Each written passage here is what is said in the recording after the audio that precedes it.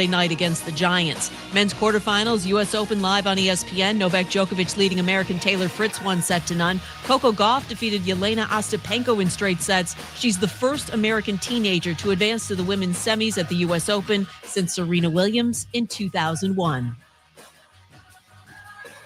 How would you love a chance to save some money on car insurance? Geico can help. Switch today and see all the ways you could save with great rates and discounts. It's easy. Simply go to geico.com to get a rate quote and get started seeing how much you could save.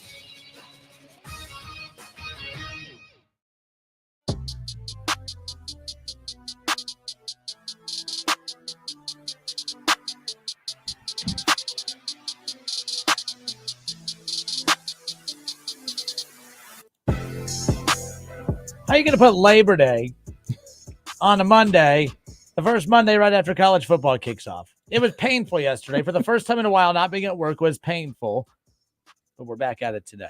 You know, Labor Day came before college football ever started. Don't care. Don't care. Shouts out to all the labor. Yeah, I'm kidding. I find it very ironic, nonetheless. Kenner and Kev, 1410 ESPN Radio. Happy Monday. I know it's Tuesday. It's everyone's Monday. At least it is for us. And we are off and rolling here on, yes, a Tuesday. I'm Justin Kenner. He's Kev Nash. Mr. Kev Nash, welcome. What up, though? Wow, do we got a lot to get into. Are you ready? Oh, yesterday I shot Kev a text. I'm like, man, I'm really bummed that we're off work today. I don't think I've sent that to Kev in years. Before we get to the topics, I did want to talk about my Labor Day weekend. So I went home to Cleveland on Thursday. So my uncle was having his 75th birthday party on Saturday. So my brother flies in from Las Vegas. Me and the wife go up there, hang out with the nephew, hang out with my mom, my grandmother, my mother-in-law, sister-in-law, go watch the nephew play football for the very first time, tackle football. And then my aunt surprised us by coming into town from New Jersey. So it was like a big, huge family situation all weekend long. Love all those people to death. I don't want to see them again until Christmas because I did so much driving all around Northeast Ohio. Love y'all. See y'all in December. Tis the season. Tis the season. All right, let's just get down into it. First of all, it is Browns-Bengals week, and we will have plenty on that throughout the week. I am excited to announce that no longer with ESPN Radio anymore, but we must have done something cool to cement our relationship with this individual, Jason Fitz. He was unfortunately, and I was very ticked off about this, let go by ESPN Radio in those mass layoffs from about a month or 2 months ago. It didn't take long. He landed right back on his feet, and he will be joining us every Wednesday. He's now with Yahoo Sports, by the way. Nice. So Jason Fitz, NFL reporter for Yahoo Sports. He will join us every Wednesday, previewing that week's slate of NFL games, as well as recapping all the games from the week before. And yes, talking some college football. So tomorrow's show will feature now Yahoo Sports Jason Fitz every Wednesday. I'm excited about that. Of course, we have Paul Keels every Thursday. We kick off the show with him. So this is you said, Christmas. Most people say that's the most wonderful time. No. Football season. This is the most wonderful time of year. But how wonderful did everyone feel? How wonderful did everyone feel this past Saturday? How wonderful did you all feel this past Saturday? I am curious. I'm curious. Because it's one of those wild things that I always forget how spoiled we are as Buckeye fans until I watch our team win by double digits, and still the fan base pouts and cries and complains. But it might be valid this time. Now, I say all of this because I was outspoken about the quarterback faith that I have in Ryan Day when it comes to the quarterback position. And I'm not wavering on that, by the way. I went on TV last week. I spent the entire week on the show pounding my fist on the table saying, of all the talking points, of all the concerns, defense, offensive line, quarterback question marks, all of that stuff, if I had to rank and prioritize the question marks heading into the season, Kev, I would have said that quarterback would have been at the bottom of my concerns as far as prioritizing the question marks. I would have said defense number 1, offensive line 2, quarterback number 3, because every quarterback that has played in Ryan Day's system has been a first-round NFL draft pick and a Heisman finalist. And because of that, and we're not just talking 1 or 2, I mean 3 straight quarterbacks in Ryan Day's system have been a Heisman finalist. 3 straight quarterbacks have been drafted in the first round of the NFL draft. So why? And there's been multiple times we went in with Justin Fields, who had a lot of hype around him, but we didn't know. That worked out pretty well. Yeah. CJ Stroud, a lot of question marks. He also opened up and debuted on the road. All right. He opened up on the road at night during the week. Not a whole lot of, moving part. There was a whole lot more moving parts than your traditional week 1 matchup at noon against a bad opponent. It was a little bit tougher than that on the road at Minnesota. And then there's Kyle McCord now. And this is a little different because although he was the guy that started in week 1, technically, we don't even know he is technically the big picture starting quarterback for Ohio State, not just next week against Youngstown State, but the rest of the season moving forward. So I do understand and appreciate the slight difference in that, and I completely get it. I still, though, am not willing to panic after week 1. I remember that Tulsa game years ago where I was uncomfortable. I was drinking a lot, and I think they had a lot to do with it because, it was a one-possession game late in the second half against Tulsa. And I remember thinking, oh, man, this is going to be a bad, long year. It ended up being a very, very good year. Okay. Now they had bumps that year. They lost obviously to Oregon. They lost to Michigan and stuff, but they won the Rose Bowl that year. Right. Okay. They beat Utah and they played so well in that Rose Bowl that we were so jacked for last season because of the play of Jackson Smith and Jigba. Right. And obviously Ibuka and all the guys that we knew that were coming back and so on and so on. Let me ask you, because I didn't get to do the show with you on Friday. If you had to rank the question marks, take out the results from Saturday, Kev. If you had to rank the question marks urgency-wise of quarterback, offensive line, defense, how would you have ranked those heading into Saturday before we even got to see some of the question marks be answered? Oh, without a doubt, offensive line, number 1, number 2, quarterback, and then at a distant would be third. Defense. Defense would be at a distant third for me. Going into it, yeah, for sure. Yeah, I had quarterbacks last just because there are things with Ryan Day that have been a constant. So that's why to me you have to put the others at the top. Ryan Day's defense has consistently and constantly been a question mark during his time here. That's why I put defense number 1. The offensive line last year, they had like multiple legitimate pros, and the O-line was still suspect last year. That's hard to do. You have DeJuan Jones. All right, you had some big-ass bodies on that front line. You had some legitimate dudes and still had questionable O-line play at times. How is that? So that's why I prioritize those 2 question marks over quarterback, because on the flip side, the one constant under Ryan Day has been quarterback play. But I do know this. Kyle McCord. Did you say all that to say, go, please? No, you're good. One thing I hate, don't you hate when people interrupt you? I've never done that to anyone, ever. I don't know, Kev. I still am not panicking yet. The defense, I saw great improvement. Stop. You guys disrespect Indiana and then want me to use the Indiana game as a way to say that we saw vast improvement defensively. I hope that that's the case. The offensive line looked better in the second half. There were times where when Kyle McCord did have time to throw, he was a little bit more locked in. But opening up on the road, finding out the week of the game that you're the starter, that adds some pressure, right? Being the quarterback of the Ohio State University, that's pressure. And then opening up on the road against a Big Ten opponent, not Youngstown State or someone else to kind of, get comfortable. He opened up with a real game. Yeah, I think he'll be fine. I'm still not concerned about quarterback.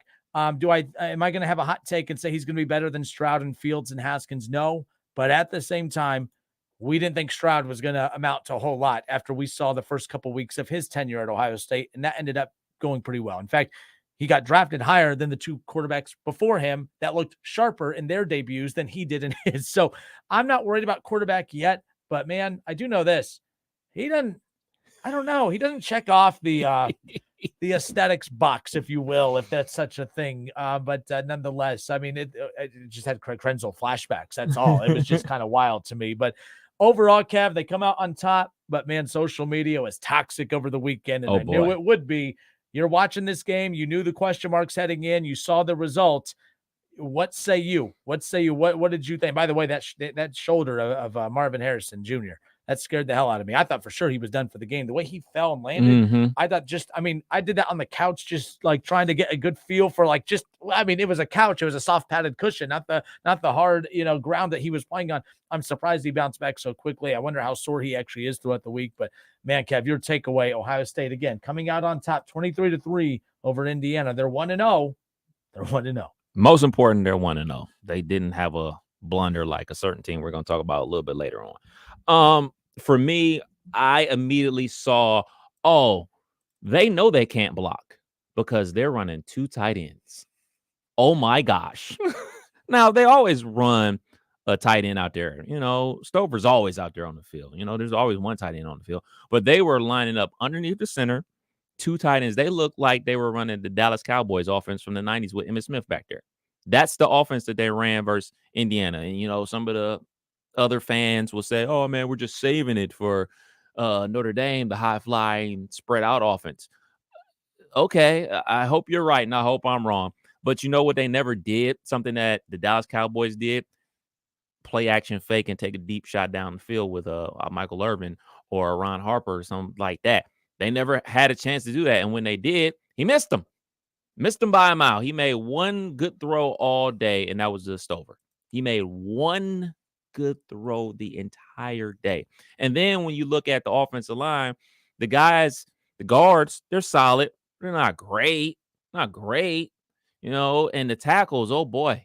You keep those 2 tight ends in the game a lot because they're going to need help. They're going to need help blocking. So you're basically canceling out Xavier Johnson, Julian Fleming, Carnell Tate. Those dudes are not getting in the game because, hey, we're only going to run a 2 receiver set because we got to keep a tight end on the field. That's quite alarming. And they really didn't run it at a super high clip. So then that morphs into the quarterback, and Kyle McCord looked like I was out there playing quarterback for the very first time. Like, we talk about, oh man, this is the first start and everything like that. Maybe nervous energy. Well, he's been with the program for 3 years now. This is his 3rd year in the program. He's made a start underneath the lights of the shoe. You were there for that game. So for my money, I'm thinking to myself, like, I never felt this way when CJ Stroud was having his struggles. When CJ was in there, he was making the throws and the incompletions were high. And I was worried, like, oh man, he's going to throw an interception. But guess what? He's throwing the ball.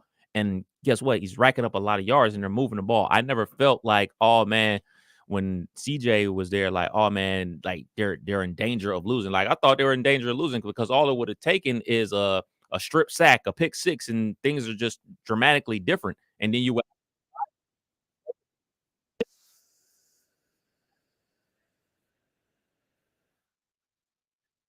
of this season. And going into this season, I didn't think the team was going to be great this upcoming season. I don't have them winning the Big Ten East, obviously, so I don't have them winning the Big Ten championship. This gives me bad vibes, man. They look bad. And it's not a bad, oh, they just came out flat or uninspired.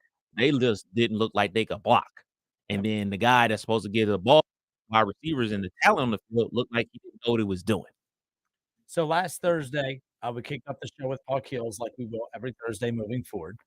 And the one question I had asked him, and it's something I brought up to you, that was my concern. When all you talk about is the Notre Dame game, you throw away the first 3 games and act like those games don't matter, you're dealing with young adults, right? Yeah. You're dealing with some kids who are a year, 2 years right out of high school. They're maybe not mature enough to understand that, okay, we have a couple games to get going for Notre Dame. But when you treat it as, okay, it's just gonna be hot potato at quarterback for a couple games to figure it out, you are basically, in essence, telling the fans and the players, these first 3 games, we're so talented, it doesn't matter. Right. And I felt you talked about, I mean, I don't think they came out flat, but I didn't see that killer instinct either. Like, we all as fans, I feel like all my buddies I was around and texting about the game, like everyone was just ready to go, ready to run through a wall themselves. I didn't see that. Right. And I feel like, and I asked Paul Keels about that, and he said, no, he does not think so, that would have an impact. And I'm not saying, oh, I was right, he was wrong. I'm using that as, I can't wait to kind of bring this up again on Thursday and say, okay, did this play a role in it? I mean, it was flat, uninspired football at times. But some of that had to do too, because maybe they knew, oh man, sometimes these guys are telling you there's a lot of pressure on us and we know we can't live up to that hype. I hope that's not the case. I hope that they're not as bad as what you are feeling that they are, and that a lot of Buckeye fans feel. I'm not, I guess, when is it time to panic? Are you panicking now? It sounds like, I mean, you were hesitant coming in to label them anything outside of, whatever. But I mean, Urban Meyer in the pregame for them said that, his playoff 4 was the winner of Ohio State, Michigan. It's been a while since we've had an Ohio State, Michigan game that didn't matter, usually because Ohio State was so good, Michigan was so bad. But I hope we're not talking about a multi-loss Ohio State team before they even head into that matchup. But Ohio State, if they opened up with a big-time opponent like some did, they're 0-1 right now for the first time, and I can't tell you how long. Kudos to Indiana, but at the same time, Indiana, they had 2 quarterbacks that played. They couldn't total over 100 passing yards. Rushing yards wise, Indiana, 71 total rushing yards on the day. I mean, Indiana at times, it was Ohio State's inability to score that made it feel like Indiana was in this, but they scored 3 points. Right. And if we want to talk about if there was slight improvement in the defense, maybe there was, Kev, because here's this. We've watched the story of Ryan Day's tenure at Ohio State with the bad defenses. Bad teams still move the ball and score at Ohio State. Right. I guess if we're going to find a semi-positive in this, a bad team did not move the ball in Ohio State. They picked up some situational first downs here and there, but overall, never once did we feel like, oh man, they're about to. But if Indiana puts up 17 points, 20 points, like some bad teams have done in the past, man, now we're talking about a 23-20 or 17 win, a 1-possession win. That feels icky. This 20-point win still feels icky. Right. You only scored 23 when we thought an average offense for Ohio State could score 28 to 30 a game. That may not be the case here. I did like the run game for Ohio State, but we knew that was going to be the case. But I do know this, Marvin Harrison Jr., again, 2 catches, 18 yards. Yeah. Ibuka, 3 catches, 16 yards. Cade Stover is going to benefit the most from the average quarterback play because he's going to be their safe route. Yeah. I think we could see a very bad statistical season from both Ibuka and Harrison Jr. if this is who they truly are at quarterback. 1,000,000%. That's what my concern would be. 1,000,000%. Before I touch on that, I do want to give a certain player from Indiana a lot of love. The linebacker, Aaron Casey, number 44, the guy that was basically making all the tackles, knifing through Ohio State's offensive line, running, chasing dudes down. He's going to get drafted off of this tape alone. He was, to quote a great man, a werewolf out there. He was balling, so want to give him a shout out. But he don't play for the Buckeyes, so it's on to the Buckeyes. You're 100% correct, man. Look, this is a cliche thing. This is a very Kev type of conversation about the offensive line, man, because we talk about it ad nauseum. At least I do. You can have Randy Moss and Jerry Rice and T.O. out there. If they got Kenner and Kev blocking, they're worthless. It is a complete dependent position. You're dependent on the offensive line to block. Then you're dependent on the quarterback to deliver the ball. It don't matter how much talent you got out there running all over the field. If you can't get on the ball, they can't make an impact. And I told my brother the exact same thing you just told me. Is like, we're not going to have anybody in the receiving corps over 1,000 yards this year. And it's not a reflection on them or their talent, because those dudes are going to go high in the draft because they have proven themselves already. They are dependent on who's getting them the ball. And guess what? The guy that they're trying to give them the ball right now, not looking like he's going to be the guy to be able to get that done. And then on top of that, offensive line not giving enough protection. So expect a lot of shorter routes from the wide receivers, speed outs, maybe some drags and things of that nature. Like, hey, man, this didn't even look like how JT looked as a redshirt freshman versus Navy. Like, JT looked like a young quarterback, but this dude is 22 years old. Like, he's been in the system. That's why I thought he was the safer one. I kept saying, if you want to get 2 years, if they're really that even, then I want to go with Devin Brown because get him, let him have a couple bad games, get those out of his system, and then you have the quarterback for the next 2 years. Or if they're that close because they're not playing well, then you have to go with Kyle McCord, who at least you could lean towards the experience side. I was hoping it was going to be, hey, it's neck and neck because they're both playing so great. And you know what I mean? But right. I don't know. After that game, it looks like the reason Ryan Day hasn't been able to officially name a quarterback is because neither one of them have stood out. Right. There is a difference. That's a great point. That's a great point. And to the defense's point, and you and I kind of like differ on this, I don't think you need a 85 Chicago Bears defense or the Ravens with Ray Lewis defense to win a national championship. You just need an average defense. And I think they were good enough. I mean, they showed them to be good enough to win the national championship last year, going all the way down to the wire with an eventual national champion, Georgia. This is an offensive game, and if you can't score, you can't win.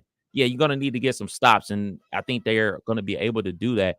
And I still think there's a way where with the shortened clock, because that was one of Indiana's ploys, was like, hey, we're just trying not to get blown out.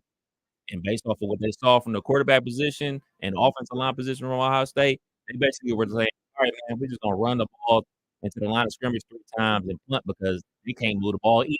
So we'll lose 20-3.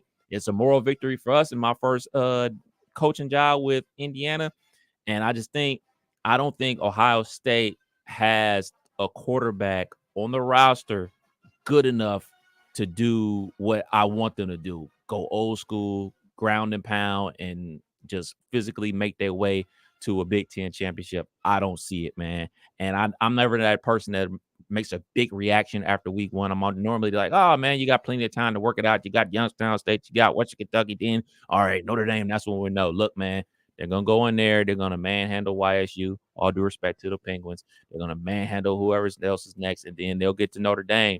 And best believe Marcus Freeman has a lot of blitz packages in there. That's going to not only confuse the Ohio State offensive line because they were confused by simple line stunts on Saturday. You don't think Marcus Freeman is in there drawing up something like, all right, I'm going to bring the safety from this, and he's going to whiff and boom, free hit. Like, that's what they're drawing up right now. So the coaching staff at Ohio State, you got your work cut out for you this year, buddy, for sure. Kenner and Kev, 1410 ESPN Radio. All right. So Kev and I opened up the show. Instant reaction to a win. It felt like a loss. But you've heard what we have to say. We're curious about you guys. So we're live on the Justin Kenner Show Facebook page. We're live on ESPN Dayton's YouTube channel. And I see Ryan Roth. I see Ron Howard. I see Mike Nimper. I see Dennis. I see a lot of guys coming in on Facebook and then on the YouTube side as well. So I'm going to get your reaction. I'm going to bring your reactions into the show and respond to those. Plus, you can give Kev and I a call. Give us a call, 937-518-1410. Is it time to panic? Is this a national championship contending team? Hell, is this a Big Ten championship contending team? I don't think it's complete overreaction, although I do think there is a little bit of that in there. But at the same time, we can't say, well, it's week 1. You know, you have a couple weeks to get it going. When we see other teams look sharper, we see a team that Deion Sanders put together all through the transfer portal, and they looked more in sync. They looked more talented. They looked more buttoned up than the Ohio State University. I'm just saying, I don't know. It's tough. 518-1410. Give us a call. How about my guy, Deion? By the way, prime time. See that, Bearcats? Well, Bearcats won big too, but nonetheless, don't you wish you had Deion now? All right. 518-1410. It's the Kenner and Kev Show. 1410 ESPN Radio. We'll be right. Oh, Deborah just wrote a book. Deb just wrote a book. She's fired up. Let's get it on. Oh, I could just feel the Buckeye fan panicking. 518-1410. The panic line is open.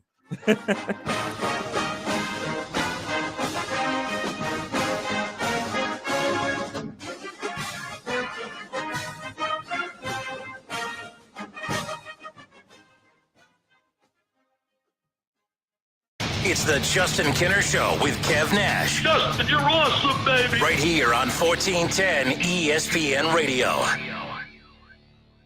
ESPN 1410 Wing AM weather. The forecast says partly cloudy, 72 tonight. Slight chance of thunderstorms and 88 for Wednesday. And then Thursday, sunshine and 80. I'm Rick Schrepp for 1410 ESPN Radio. My dad has a cold, but also has high blood pressure. That's why I got him Vicks NyQuil High Blood Pressure for fast, powerful nighttime relief. Unlike some ordinary cold medicines, it's specially formulated for people like my dad. NyQuil High Blood Pressure is sugar-free, alcohol-free, and decongestant-free. Vicks NyQuil High Blood Pressure. The nighttime sniffling, sneezing, coughing, aching, fever, sore throat, cold, and flu for people with high blood pressure. Like my dad. Medicine. Use as directed. Prescriptions require an online consultation with a healthcare provider who will determine if appropriate. Restrictions apply. See website for details and important safety information. Subscription required. Price varies based on product and subscription plan. Hey guys, did you know there's a generic form of Viagra that works just the same, but is 95% cheaper? And you can get it online? Go to hims.com/joy. Through Hims, you'll get a free medical consultation, discreet shipping if prescribed, and the process is 100% online. To start your free online visit, go to hims.com/joy. That's HIMS.com/JOY. Get in zone, AutoZone. Welcome to AutoZone. What are you working on today? My car really needs a wash. The $20 McGuire's bundle includes Gold Class Car Wash for a showroom shine. Get in zone. And what about my tires? Just spray the included Hot Shine tire coating and you're all set. Get in zone. The inside is not great. No problem. The quick interior detailer in the bundle can help with that too. Get in zone, AutoZone. Restrictions apply. Prescriptions require an online consultation with a healthcare provider who will determine if appropriate. Restrictions apply. See website for details and important safety information. Subscription required. Price varies based on product and subscription plan. Hey guys, did you know there's a generic form of Viagra that works just the same, but is 95% cheaper? And you can get it online? Go to hims.com/joy. Through Hims, you'll get a free medical consultation, discreet shipping if prescribed, and the process is 100% online. To start your free online visit, go to hims.com/joy. That's HIMS.com/JOY. Hear the power and feel the noise. NTDA Championship Bowling's All-Star Invitational is back. The 36th annual Enderley Pull-Off, presented by Cowtails, returns to the Champaign County Fairgrounds in Urbana, Saturday, September 16th at 5 p.m. One huge session of bowling on 2 tracks, 23 divisions. 108 competitors qualify. Tractors, trucks, minis, and semis will all be there. NTDA's best of the best from both the NTDA regional and Grand National circuits, vying for their share of over $106,000. Open pin area to see these incredible machines up close. AllStarPoll.com has all the details. Purchase discount tickets for $22, which saves $5 off day of show admission. Ticket outlets include local O'Reilly Auto Parts store locations, Farmers Equipment in Urbana, Farmer's Daughter Restaurant in Urbana, and Dave Kale Chevrolet in Mechanicsburg. Children under 10 are free. The Enderley Pull-Off, Saturday, September 16th at the Champaign County Fairgrounds, Urbana. NTPA season finale. Go to allstarpoll.com for more. Now's the time to get a great deal on Kubota construction equipment, featuring durable Kubota engines, more comfort, more productivity, more get it done right. The Kubota construction lineup shows up ready to work every day. Right now, bring home select Kubota equipment for 0 down, 0% APR for up to 36 months. Now through September 30th. See us or go to KubotaUSA.com for more details. Stop by Columbus Equipment in Columbus, Dayton, or Toledo to see their full line of Kubota construction equipment, or check them out online at columbusequipment.com. College Football Hall of Famer Keith Byers here to tell you about OGW Energy Resources. If you own a home or a business and want to save money, then going solar with OGW Energy Resources is the way to go. OGW Energy Resources have been helping the Miami Valley save money by going solar for over 14 years. There is no better time than now to look into going solar. For more information, check out their website at ogwenergyresources.com. Go solar today. OGW Energy Resources. Your energy, your future, control it. Want to try the best in boneless chicken? Head to Lee's Famous Recipe Chicken and pick up a 10-piece strips meal. With 10 freshly marinated, honey-dipped, hand-breaded breast strips, 2 irresistible large sides, 5 fluffy biscuits, and 3 dipping sauces, it's the best in strips and a meal to match. Bring home dippable, craveable perfection for the whole family with a Lee's Famous Recipe Chicken 10-piece strips meal at a great price. Only at Lee's. Famous for chicken.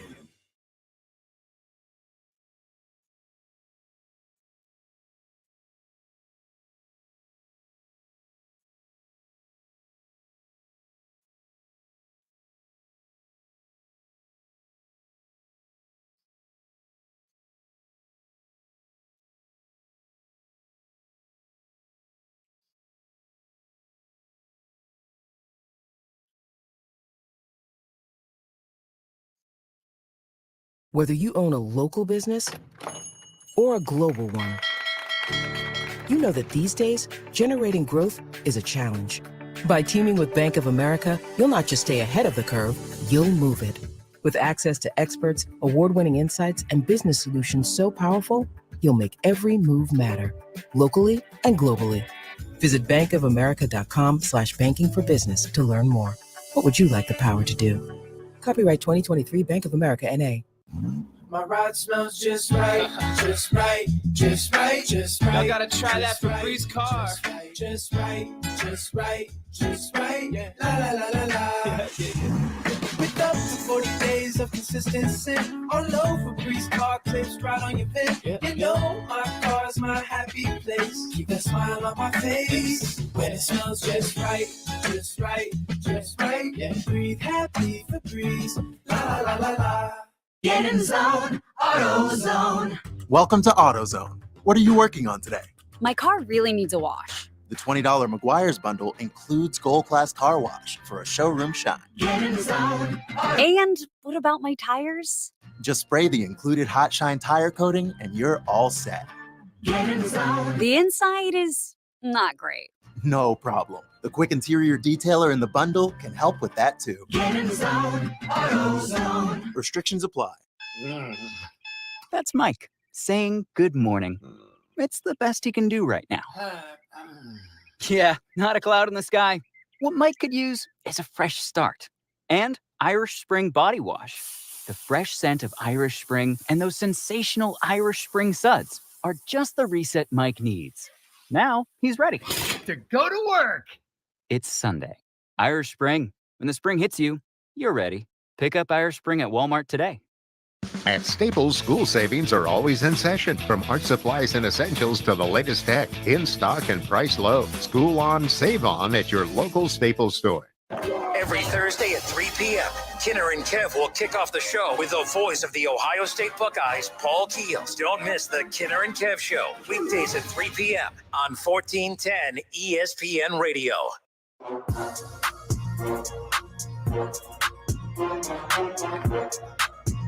The Ohio State Buckeyes come away victorious 23-3 week one against Big Ten opponent Indiana. But if only the win over the Hoosiers was enough to appease Buckeye fans, this would be a much different vibe of a show here today. But Buckeye fans not happy, and I technically don't blame them. I get it. There is a standard of excellence at Ohio State. There's a standard of, no excuse, especially now with the transfer portal. Sometimes you don't really get this excuse anymore of, well, we're in a transition year. Unfortunately, that's not the case.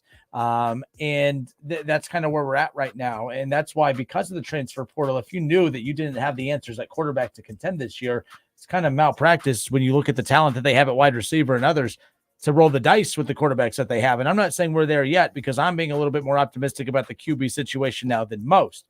The other reason I was very confident, Kev, about the quarterback situation coming into the year was there was a lot of rumblings at one point of Marvin Harrison Jr. entering the transfer portal, especially with Jackson Smith and Jigba, and now declaring for the draft and everything. And then so when you look at that situation there, it was kind of one of those things where I feel like we were going to have a good idea of how good the quarterback situation was going to be in Columbus based on whether he came back or not.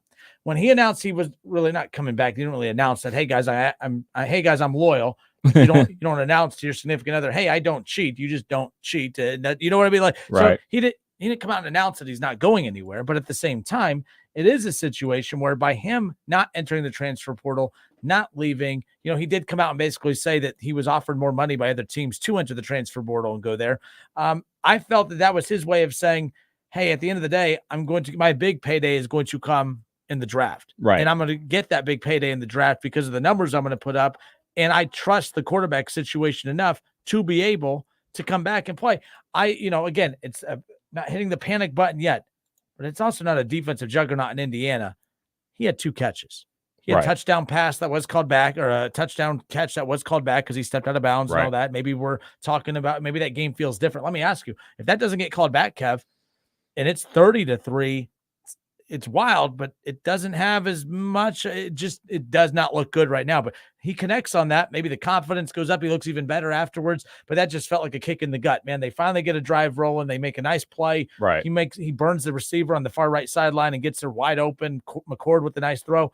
If it's 30-3, I think, as wild as it sounds, we're having a much different conversation right now. Yeah, I think if it's 30-3, it does feel a little different, but I think it's all about how it looks.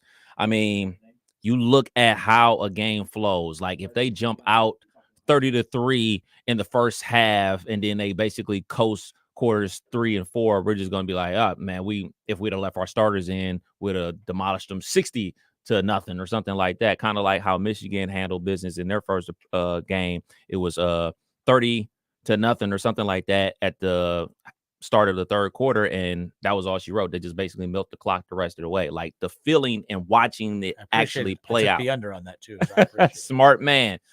Just watching the feeling of the game, it just didn't look like they were in sync at all. It's just like looked like a step slow. Looked like people were unsure. Not people. Looks like the quarterback and the offensive line were unsure of themselves because Marv and Abuka running routes just like they always do. They were open. The guys were getting open. Running backs ran hard. When they were able to break runs, they did. But like the offensive line was just as bad as the quarterback play. All right. So we are live, Kinner and Kev. We are live on the Justin Kinner Show Facebook page. Okay. We are live on ESPN Dayton's YouTube channel. And I wish I had the soundbite of everybody panic, because that's exactly the vibe I'm getting. So I'm gonna go ahead and put some music in the back. So head to the Justin Kinner Show Facebook page or ESPN Dayton's YouTube channel. Your reaction. Is it time to panic? Who's to blame? Or are we overreacting? It's okay to take that stance too. Usually I'm the one stirring the pot and everything. I'm not as freaked out yet. I do see areas of concern that we're not used to seeing as Buckeye fans. But it's also week 1. It's also Indiana. It's fair. That's fair. But we'll see what happens. So with that being said, let's start with on Facebook, Kev, Mr. Ryan Roth. Hey. Mr. Elvis himself, by the way, one of the best Elvis impersonators in Really? the country. Yes, the Ryan Roth. He says OSU. Actually, Ryan Roth, back during COVID, we did our fan segment where we had a fan co-host a segment with me, and he was one of the winners. So thank you very much. Ohio State, he said the D is solid. The O better get its ass in gear. I like that swearing on the show. Good stuff. You're adding to the ambiance of it. I love it. But he goes, it means more. Ryan Day needs to understand that he better start running the score up, or it will affect the rankings negatively. Ryan, I always respect your opinion, but if you think that was a result of Ryan Day not putting his foot down on the gas, I think he wanted to. Yes. I see what you're saying, but I mean, what are you seeing then, Ryan, that makes you say that? Like, what are you seeing that Ryan Day could have done differently? Because to me, the quarterback plays the way he's supposed to. There's a lot of drives that stalled that usually end up in points. We're used to seeing Ohio State, who averaged over 40 a game last year. I don't think I've ever criticized Ryan Day for not putting more points up on the board out of choice. So right. I disagree slightly, Ryan. Your thoughts when you hear that? Oh, yeah. I mean, Coach Day has always gone for the kill shot. I mean, he went for the kill shot in the semifinal versus Clemson when they went over the top with Jamison Williams to really end the game to start the fourth quarter off. He went for the kill shot in that situation. And him being aggressive, like they went for it on fourth down and they got stuffed. Like that's the players. Yep. That's the players. The players are responsible for what happens on the field. And especially if you're supposed to be, quote unquote, playing Indiana, you're supposed to make that first down and keep the drive going. So that drive stalled. So that's the potential 3 to 7 points off the board as well. I'm going to say this, and no disrespect to our listeners, but I think blaming Ryan Day right now is kind of lazy.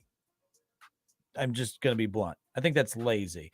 Now, I should ask you your take before I call your take. No. Ryan Day, scale of 1 to 10, blame for him is what? Oh, man. So let me be clear. By the way, I'm about to get to more of these comments. Yeah. It's brutal for Ryan Day. Let's if be these guys clear. were IEDs, he'd be fired yesterday. Let's be clear. 1,000,000% when you are the head coach, especially in college football, half of the job is getting said talent. That's more than half of the job. I would say that's 80% of the job is getting the talent, because you can be the smartest guy, know X's and O's like nobody's business. If another team is more talented, you're going to lose 90% of the time. Coach Day does a very good job with getting talent on the team. The biggest spot he normally gets with the quarterback, right? I think we all can agree he's developed talent. He's gotten guys drafted and everything like that. He's recruited talent. Quarterback, not so hot right now. Offensive line, guys went pro. Hey, that's what happens when you're a big-time player. You go pro early. So who's developing said talent that's on the bench when the other guys are starting? So he's the blame for that, the lack of talent, because you had to go to the transfer portal to get offensive linemen because the guys that you recruited out of high school didn't work out. So you went and got these guys, and they don't look too much better than the other guys. So that's a problem. So that's a big part. As far as Coach Day being the blame for this, he'll get 30% right now. You get 30% right now for the way the team looked. Fair. I don't think he's blameless, but I don't think we're at the point of the season where like you lose to Michigan. Yeah, okay, that's the pressure that was put on Harbaugh. And right. It was all about, forget the fact that he was losing to bad teams all season, but man, you lose to a national championship contending team and you're a bad coach like that, so the perception of that rivalry makes us not think with logic. And I'm not going to bash a guy after a win. I mean, this is a good point right here. Damon Hahn. What up, Damon? He goes, it's week 1. Take the W and move forward. It could be TCU or LSU right now. That's a good point as far as that's concerned. All right, moving on again on the Jocelyn Kinder Show Facebook page. Let's see. Mike Nympher. Mike says, Ryan Day on 4th and 2 decided to run the power I know I'm a part of the 15% according to Herb Street, but the quarterback whisperer needs to be on the hot seat. What the heck? Don't mock Kirk Herbstreit. Yes, you are. Like, let's be real. Like, you could be down on the team, and everything that Kevin's down on are legitimate, plausible things. And the quarterback is a concern. But Ryan Day has hit 3 straight home runs and 3 straight at-bats. He strikes out in his 4th at-bat, and you want him fired for that 4th at-bat. I'm using a baseball analogy because, hell, the Reds are still in it here in September. How about that? We ain't going to talk about it yet. But, bottom line is, let's put the blame and criticism where it should be directed towards. We're mad because Ryan Day finally might have missed out on a quarterback or might have missed on his evaluation of one, and now we want him fired for that. Like, come on, guys. I'm fine with being concerned, but let's tone it down a bit. You're right, because in today's climate, when you have a 4 or 5-star quarterback and, they're supposed to be the guy and everything like that. But guess what? When Brian Hartline recruits guys, he's recruiting 4 and 5 wide receivers at a time. So nobody talks about the guys that don't hit. Nobody talks about the fact that, G. Scott was a 5-star wide receiver when he came into Ohio State. He had to move to tight end because, hey, man, you're not going to play because of whatever reason, because the guys that we recruited are better than you. So you had to move positions. Nobody's talking about that, though. Nobody's bringing that up. So, or even when, they recruit guys on the D-line. You're recruiting a whole bunch of them because 4 of them play at a time. You recruit corners. 2 or 3 play at the same time. What about the guys that don't pan out? We never hear about them because they don't play because, quote unquote, they don't matter. But the quarterback always matters because there's only one of them. There's no rotating the quarterback. Matt on YouTube says, I'm just here for Overreaction Monday. And by the way, it's lived up to that. If that's what you were tuning in for, you're getting it. The only concern I have for the Bucs is that O-line. But I think as the season goes, they will get it figured out. I'm leaning that way for right now. Yes, and you're right. You are allowed to get better. For everybody out there with positive vibes, you're 1,000,000% correct. You are allowed to get better, and they will get better throughout the season. But judging off of what we saw, I'm not confident that they'll be getting to the mark that we're accustomed to. I think that's fair to say as well. And the problem is usually, you get through a tough week, and then this Saturday, you have a chance to do it again, and they're going to probably pummel Youngstown State. But I'm here to tell you, I don't think that's going to be enough to to fight off the critics because it's Youngstown State, like you should. And if you're winning 34-0 or 34-7, by the way, that's a problem.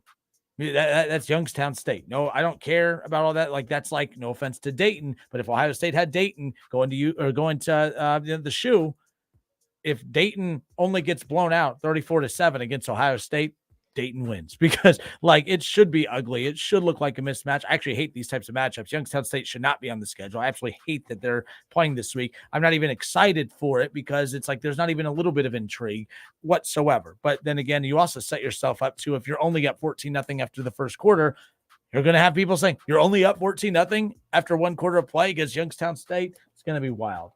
Benjamin on YouTube. I've been watching Ohio State since Woody Hayes in the mid-'70s. I know a good Buckeye team when I see one. I am concerned because the Big Ten is full of better teams this year.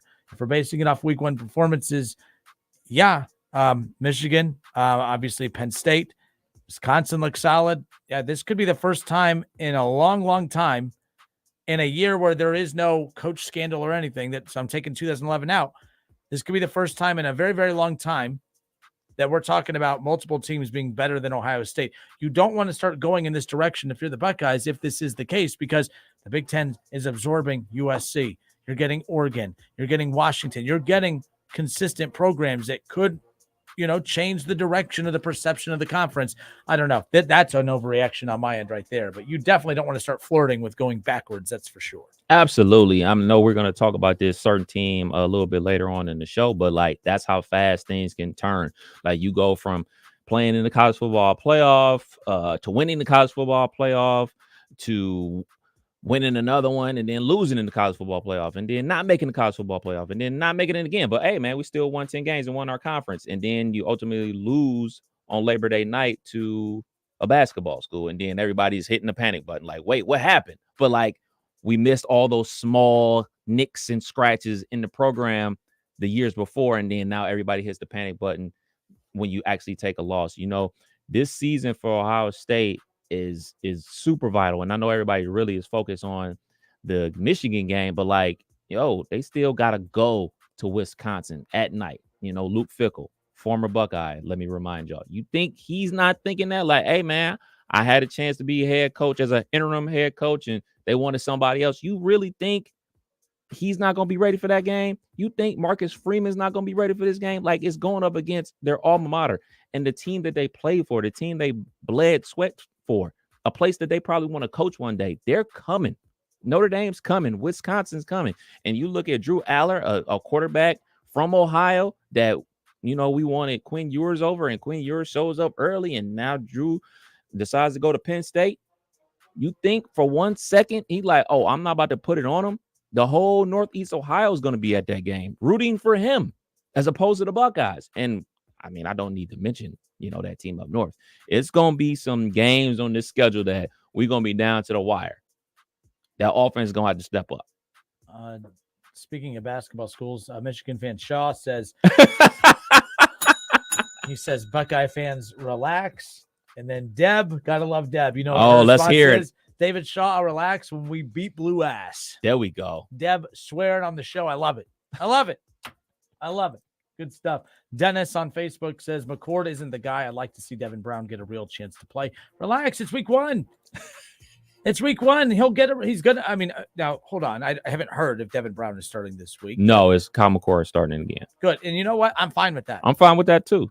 You want to mess with you don't think Devin, by the way, if you want we're allowed to overreact. Yeah. Coaches are not allowed to overreact. And the other thing too is you can't, if you're Kyle McCord, no one feels worse about his play than him. No matter how bad you guys think you feel, no one feels worse about it than him. And I think Youngstown could be a perfect situation where he can come in and get some passes off and get a little bit of a rhythm and flow. And then the Western Kentucky games after that, that's the final one. But that's the thing, Kev.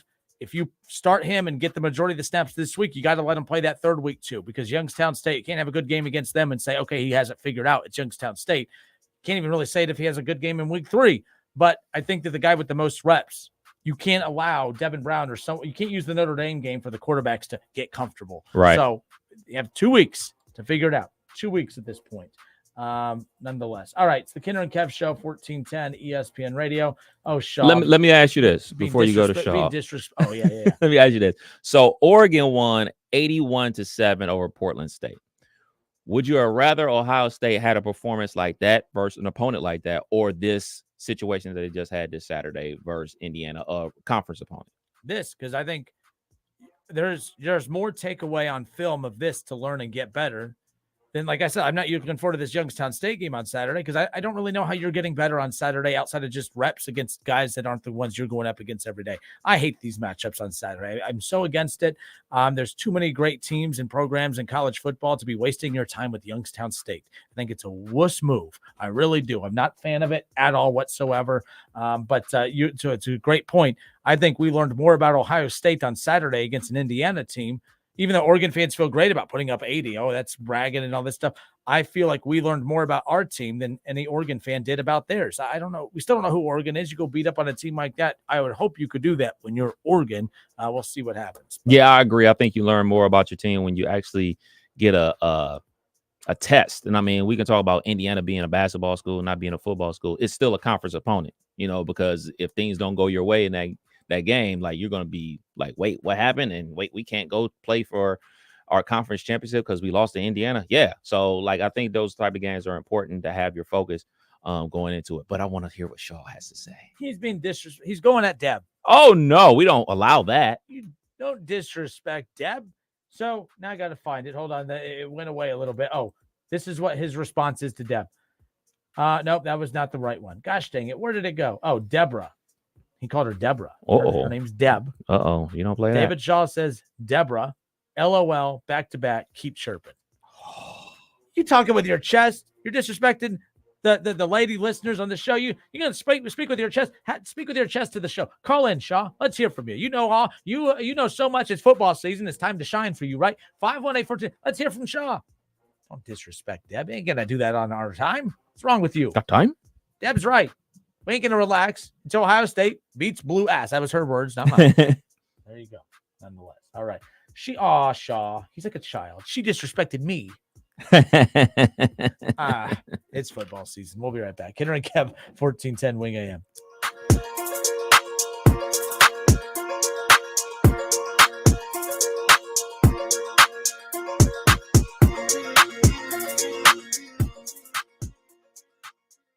Listen, stream, watch. It's the Justin Kinner Show with Kev Nash, right here on Dayton's ESPN Radio, 1410 Wing AM. Hey, Logan Wilson here. Our defense reads the signs of the offensive formation.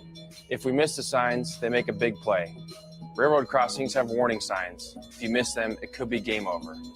Do you know about the blue and white ENS sign at the crossing? Stuck on the railroad crossing? Get out of your vehicle. For help, call the number on the blue and white emergency notification system sign at the crossing. Give them the crossing number to alert train traffic. Remember, find the blue and white to save your life. Get ready for fall with hot deals at Menards. Save big on hardwood firewood bundles. $3.99 each after 11% off. Fire up the grill. Royal Oak Hickory Charcoal is just $6.99 after rebate. Taco Fall projects with performance work gloves. $2.99 a pair after 11% off. And a 17-pound bag of fall lawn food with weed control is $14.99 after rebate. Good through September 10. Savings are mailing rebates. Some exclusions apply. See store for details. Save big money at Menards. $5,000 sign-on bonus. That's right. My friends at Cordell Transportation are now hiring experienced Class A CDL drivers with excellent work history. If that's you, apply now. Cordell Transportation offers home daily dedicated lanes, no-touch freight, and brand new equipment, plus a $5,000 sign-on bonus paid over 18 months, paid orientation, and company 401k with company match. Apply online at CordellTransportation.com. Cordell Transportation, driven to succeed. This is Keith Byers for Superbook Sports. You spend valuable time thinking about which bets to place each week. So why wouldn't you want the best company in the business to be the one who handles those bets? Superbook Sports is the most trusted name in Las Vegas, and it's now live right here in Ohio for all your sports wagering needs. Superbook has a team of dedicated odds makers behind the counter in Las Vegas setting all the prices. We're talking about guys with decades of experience showing you why Superbook has the best odds around. And right now, you can look ahead to hockey and hoops postseason and place a bet on who you think will take home the title. So download the Superbook Sports app or visit superbook.com to wager and win today. Visit superbook.com for terms and conditions. Gambling problems? Call 1-800-589-9966. Call 1-800-589-9966. Gambling problems? Call 1-800-589-9966. Call 1-800-589-9966. Hi, Greg McAfee here with McAfee Heating and Air. There has never been a better time to start a new career. If you are 18 years or older with a high school diploma or GED and enjoy working with your hands, consider the McAfee Apprenticeship Program, where you will learn everything you need through in-class and on-the-job training. Apply today at mcair.com. That's mcair.com. Listen to this station anytime, anywhere on Odyssey. Odyssey is your new audio home for all the music, news, sports, and podcasts that matter to you. Odyssey. That's AUDACY. The NFL is here, and it's all about the sweet offers from DraftKings Sportsbook, an official sports betting partner of the NFL. New customers can pocket $200 in bonus bets instantly when you bet just $5 on any NFL game. DraftKings Sportsbook. The crown is yours. Download the DraftKings Sportsbook app now and use code SNAP to sign up. New customers can take home $200 in bonus bets instantly just for betting $5. That's code SNAP only on DraftKings Sportsbook. Gambling problem? Call 1-800-GAMBLER or visit www.1800gambler.net. In New York, call 877-8-HOPE-NY or text HOPE-NY 467-369. In Connecticut, help is available for problem gambling. Call 888-789-7777 or visit ccpg.org. Please play responsibly on behalf of Boot Hill Casino and Resort, Kansas. 21 plus age varies by jurisdiction. Void in Ontario. See dkng.co/football for eligibility, terms, and responsible gaming resources. Bonus bets expire 7 days after issuance. Eligibility and deposit restrictions apply. Get in zone, AutoZone. AutoZone is more than a parts store. It's where we help you solve problems like, sorry I'm late, my battery died. And I need a jump again. at America's #1 battery destination, you can find the right battery at the right price with options starting at only $89.99. And we offer free battery testing and charging whenever you need it. Get the parts and help you need to get the job done right at AutoZone. Get in zone, AutoZone. Restrictions apply. At the Home Depot, Saturdays are about two things: getting ready for company with the Samsung Family Hub Plus refrigerator and football. That's right, Kirk Herbstreit. Search for recipes, check out scores, or even stream the game to the screen at the same time, so you never miss a second of the action, which means you can make your famous buffalo chicken dip and have more time for football. Upgrade your Saturday with Samsung and the Home Depot. How doers get more done. Hi, this is Mike Foley, your Montgomery County Clerk of Courts. I'd like to invite you to my new series called Connecting with the Community. On the third Tuesday of each month, I will be hosting a monthly discussion where citizens can come and learn more about different areas of local government. Connecting with the Community will be held at the new Employment Opportunity Center in the Westtown Shopping Center on West 3rd Street. On Tuesday, September 19th, Colleen Oakes from the Montgomery County Prevention Coalition will be here to discuss suicide, drugs, alcohol, gambling, and youth leadership programs. Brought to you by Mike Foley, your Montgomery County Clerk of Courts. You do anything to keep your vehicle happy. With eBay Guaranteed Fit, the parts that fit are just a click away. Just look for the green check. ebaymotors.com. Let's ride. Eligible items only. Exclusions apply. Don't miss Kinner and Kev. Weekdays at 3 p.m. on 1410 ESPN Radio.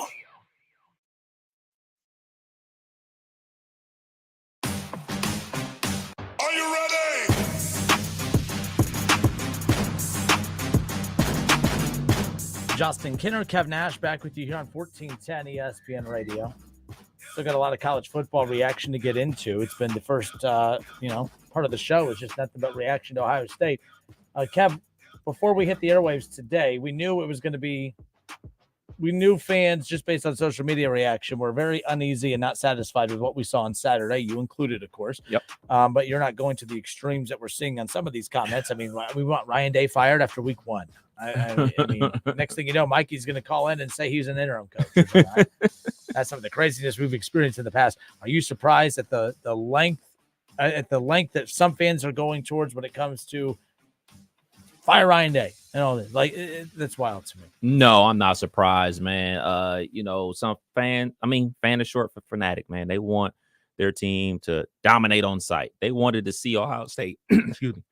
See, that's what you get. You try throwing shade, emotional. you choke on it. Yeah, there you go. I'm emotional. They wanted to see Ohio State put up 81 on Indiana, and just wasn't going to happen, man. It just was not going to happen. Mike Nympher says Ryan Day was born on third base, and it's showing. Mike, are you a Michigan fan? He is the college equivalent of a Belichick assistant hire who fails to be like Belichick. Look, Ryan Day is not Urban, and Ryan Day is not Woody Hayes, but Ryan Day is not Jim Harbaugh 7 years into his career at Michigan. So I'm just saying, let's stop with that at the very least. All right, you know what? It is what if Ryan Day is who people want to direct their frustration towards, you have every right to do so. I'm just not there yet. If this was the way this is today, Kev, this is a 20-3 win over Indiana. I feel like this is the first Monday after Thanksgiving, and we're reacting to Ohio State losing to Michigan. That's the way it feels right now. Right. And we won by 20 with a new quarterback. Week 1, we can chill. It'll be all right. Let's try going to let's go to Reggie. Reggie, what's up? Reggie. We'll get Reggie back on. Reggie, we'll talk to you coming up here in a bit. But nonetheless, it's interesting just seeing all these reactions. Put a panic number on it from your perspective. What's a panic number from 0 to 10? Like obviously 10 full. Oh my God, this is over. Like we got to get a new head coach. 4. That's higher than I thought you would go. There's enough to be concerned about. That should have fans uneasy, but I'm not willing to go higher than 4 to the point where we're talking about coach's job. I mean, because here's what's going to happen. They're going to win the next 2.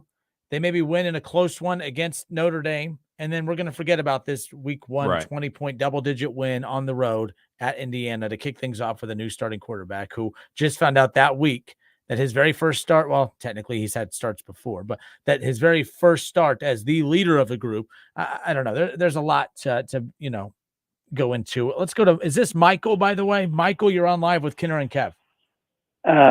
This is Mike. Mikey! Gentlemen, how you doing today? Good. Hey, I bet you were all about Ryan Day. You're a big fan of Ryan Day, aren't you? I like Ryan Day. I like the basketball coach, too. I really do. Before I get into college football, though, I want to tell you guys, I found something. I knew I'd had it, but I had tore this place apart where I live to find it. Years and years ago, a gentleman I knew, his son worked with me, and he was a busboy. And he told me his dad collected stuff and everything, garage sales and, what have you. And he had this old boxing ticket from 1910. And it was Jack Johnson versus Jim Jeffries. And I've got it. I found it. Well, no, but anyway, it was a promotional. It wasn't the ticket to get into the fight. It was a promotional thing for some reason or other. You could fly over an air balloon or any airship and watch the fight, or you could go down to I think it was the Dayton Journal, and get the Telegraph blow by blow wire account from the fight. And it's dated in black letters. It's yellow, and it's dated in black letters. July 4th, 1910, Johnson versus Jeffries, and then stamped over it is in big red letters is Reno, Nevada. Now, the reason I'm pretty sure that this thing is authentic is because the fight originally was scheduled for San Francisco, California, but Governor Gillette had to bow before reform groups because they didn't like Jack Johnson and his affairs with white women. So that's why they wanted the fight kicked out of California. So Rickard shifted the fight from San Francisco to Reno, Nevada. Well, I called Ring Magazine back in the late 70s, and they told me, call your newspaper. I called my newspaper, and they said, call Ring Magazine. So I never was able to find out the origins and, of it or anything. If anybody's out there listening, they know anything about it, maybe they can get in touch with you guys. But on the college football, I got to say, I don't like this deal. I mean, they've decapitated the Pac-12. They destroyed the Pac-12. Yeah, and it's what's wild about that. The Pac-12 actually looked like the most impressive conference over the weekend. So the Pac-12 looked really good, but I know you're not talking about the performance from week 1. You're talking big picture, but yeah, I guess, and there's really no putting it back together. So it's like, if you're going to go out, you might as well go out on top. And it looks like that, I don't think they're going to have the national champion when it's all said and done, but they might be the best, consistent conference in football this year. We'll see what happens, but definitely have the best quarterbacks in college football. I think USC is going to be a power again under Lincoln Riley, provided nothing happens. Yeah, but they face a lot of the same stuff Ohio State's facing. Now, I get the Kyle McCord thing's a little different now because now that's another concern at quarterback. But Lincoln Riley, Ryan Day have basically been the same. They've been offensive juggernauts who have had a lot of question marks on the defensive side of the ball. That still seems to be the case for USC. But unfortunately for Ryan Day, he has more question marks than just the defense this year. So if Lincoln Riley could patch that defense up, and make it even just above average, do you see them as a powerhouse? Who, USC? Both of you guys. Do you see USC as a powerhouse potentially? Oh, yeah, if they're able to fix the defense, absolutely. I mean, USC is a storied program that recruits itself. I mean, it's in Los Angeles, California. I mean, they're going to get the best guys out there to go to their school, not to mention they are hitting the transfer portal hard. I mean, yeah, if they don't even have to be above average. They just need to be average to win the national championship. Just like Ohio State just needs to be averaged in normal circumstances to win a national championship. I'm a person that believes you don't need to be lights out on defense to win a natty. Like Clemson wasn't lights out on defense when they beat Alabama. Hell, the number 1 defense in the country last year gave up near 50 points to Ohio State. And, and that's the best defense in the country. I mean, even in the NFL, the Eagles are the number one defense in the NFL last year. And, they got, they got picked apart by Patrick Mahomes at the same time. So, yeah. But who does Seattle play this Saturday? I'm sorry, Kevin, go ahead. No, you just can't be a sieve on defense. You just can't be terrible on defense. You got to be at least average to win it. Well, who does Seattle play? Shifting to the NFL, who does Seattle play this Sunday? They got the Rams. I think they welcome in the Rams. But hey, we have a ton of callers who are trying to call in for Ohio State. No, you're fine. Do you have anything to contribute towards Ohio State quick? Normally, I'd love to give you more time. But I think, Ryan Day, for some reason or other, is catching a lot of flack. And I think it's very undeserved because I think he's done a very good job in his first 5 seasons. And I mean, Urban never caught the flack that Ryan Day has caught. I mean, and I don't understand why. I know he's 3 national championships, but I believe if they stick with Ryan Day, he will bring the national championship to Columbus. Maybe not more than one, but at least one. I believe he will. And I believe the Big Ten now, with the addition of the Pac-12, potentially, provided there's no injuries, no illnesses, no academic issues, no NCAA, wanting to, put the screws to them. I think the Big Ten could be a juggernaut. Me too. But Mikey, thank you. Appreciate the call. Okay. Bye-bye. Mikey. Kenner and Kev, 1410 ESPN Radio. I mean, Shaw is still being a bully. To Deb. Tisk. A grown man in a back and forth is saying whatevs. Whatevs, Deb. For those who are following, look at this. David Shaw with his Michigan Big Ten championship rate. By the way, this is how you can tell there's a gap between Ohio State and Michigan. Ohio State doesn't really, when they win the Big Ten championship, it's expected, so they don't brag about it and post their rings, their Michigan championship, the Big Ten championship rings on their profile picture. Have you ever seen a Buckeye fan post a Big Ten championship ring? Only natties. Yeah, only natties. But hey, you gotta use what you have. But David Shaw says whatevs. Literally says whatevs. Grown 30-plus-year-old man, maybe older, I'm not really sure, using whatevs. Going at Deb. Shaw. He got triggered nonetheless. All right. Kenner and Cap, 1410 ESPN Radio. I think Shaw's on hold too, by the way. This should be good. And by the way, if Harbaugh leaves, I do believe they need to get Dion. Because Dion did in his very first game what Michigan couldn't do in the playoff last year, and that's beat TCU. Ooh. Man. Where was Michigan in the title game last year? Well, they were kind of hard to find. We'll be right back. It's the Kenner and Kev Show, 1410 ESPN Radio. You're not going to laugh, Kev? What the hell? I set that up.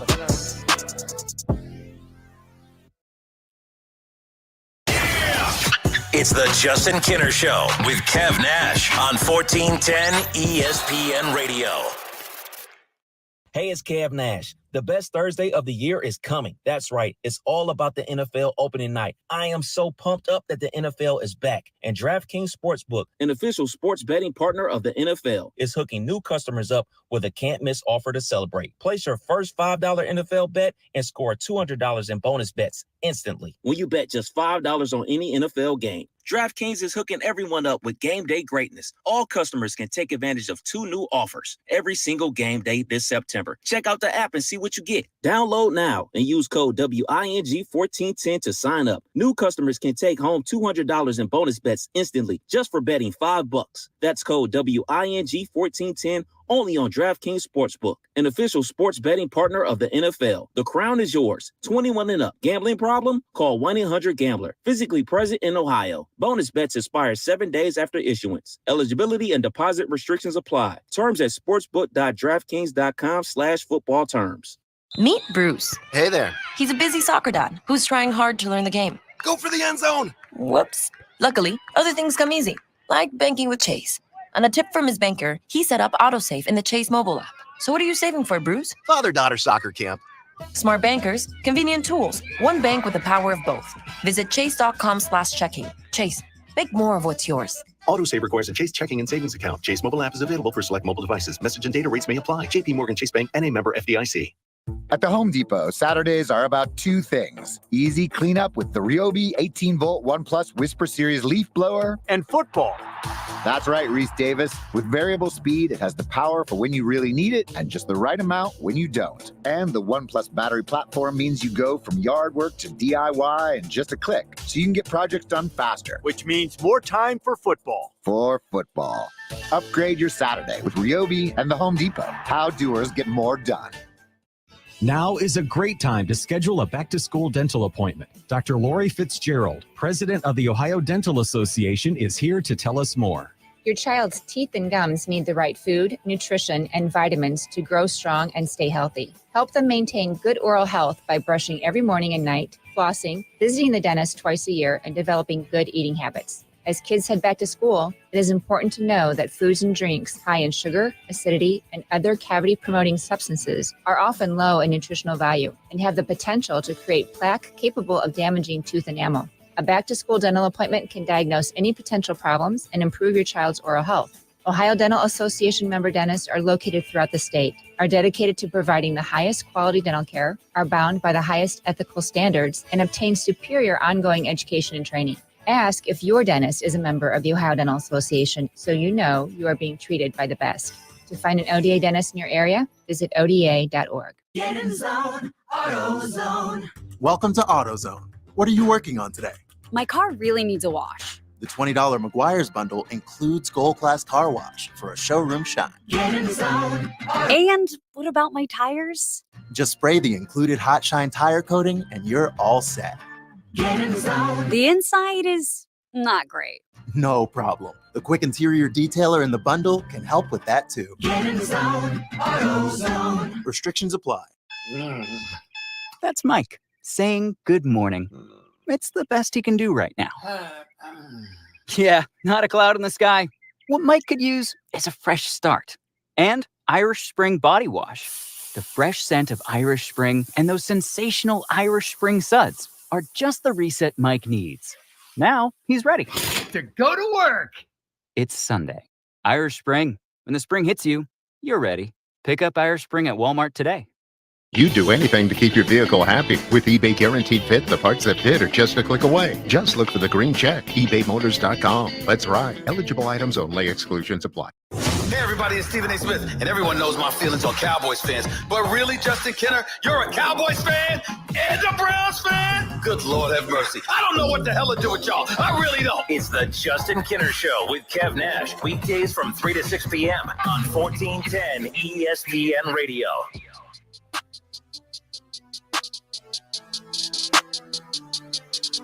All right, and we are back. Justin Kenner, Kev Nash, Dayton's ESPN radio station, 1410 Wing AM. We spent a lot of time on Ohio State again. I think the bottom line is we're not all going to agree on what the main focus and problem is. I think we all can agree, though, that something's not right. And, you know, we brought up the defense issue a little bit ago that technically if the defense was the number one concerning issue, we saw last year, Georgia had the number one defense in the country and, almost lost to Ohio State because they couldn't stop them. And Ohio State's defense was not Georgia's. They couldn't stop Georgia, but my goodness, if the one thing is, if your defense is off for a day, you have to have an offense that can go punch for punch with somebody. And the one thing I do know, if we're going to evaluate week one and have a take coming off of that, Ohio State does not have that. Right. If you struggled offensively against Indiana, you will not be in a good position to go punch for punch with Notre Dame here in a few weeks. If you get into a shootout in the playoff with an Alabama, or an LSU or whoever, maybe not LSU is a good example to use right now, but you see the point, my point. The offense is a concern right now, regardless of if it's just a temporary concern because of the fact that the season's just getting underway or whatever it is. We only have about 4 more minutes on this. We're going to get to Shaw coming up here in just a second. But I do know there was a lot of great games over the weekend and a lot of surprising results and outcomes. LSU losing, all right, to Kev Nash's Florida State Seminoles. It wasn't that Florida State won, but they were the significantly better team. They out physicaled LSU. All right. The quarterback play, receivers, everything was more impressive than what LSU did.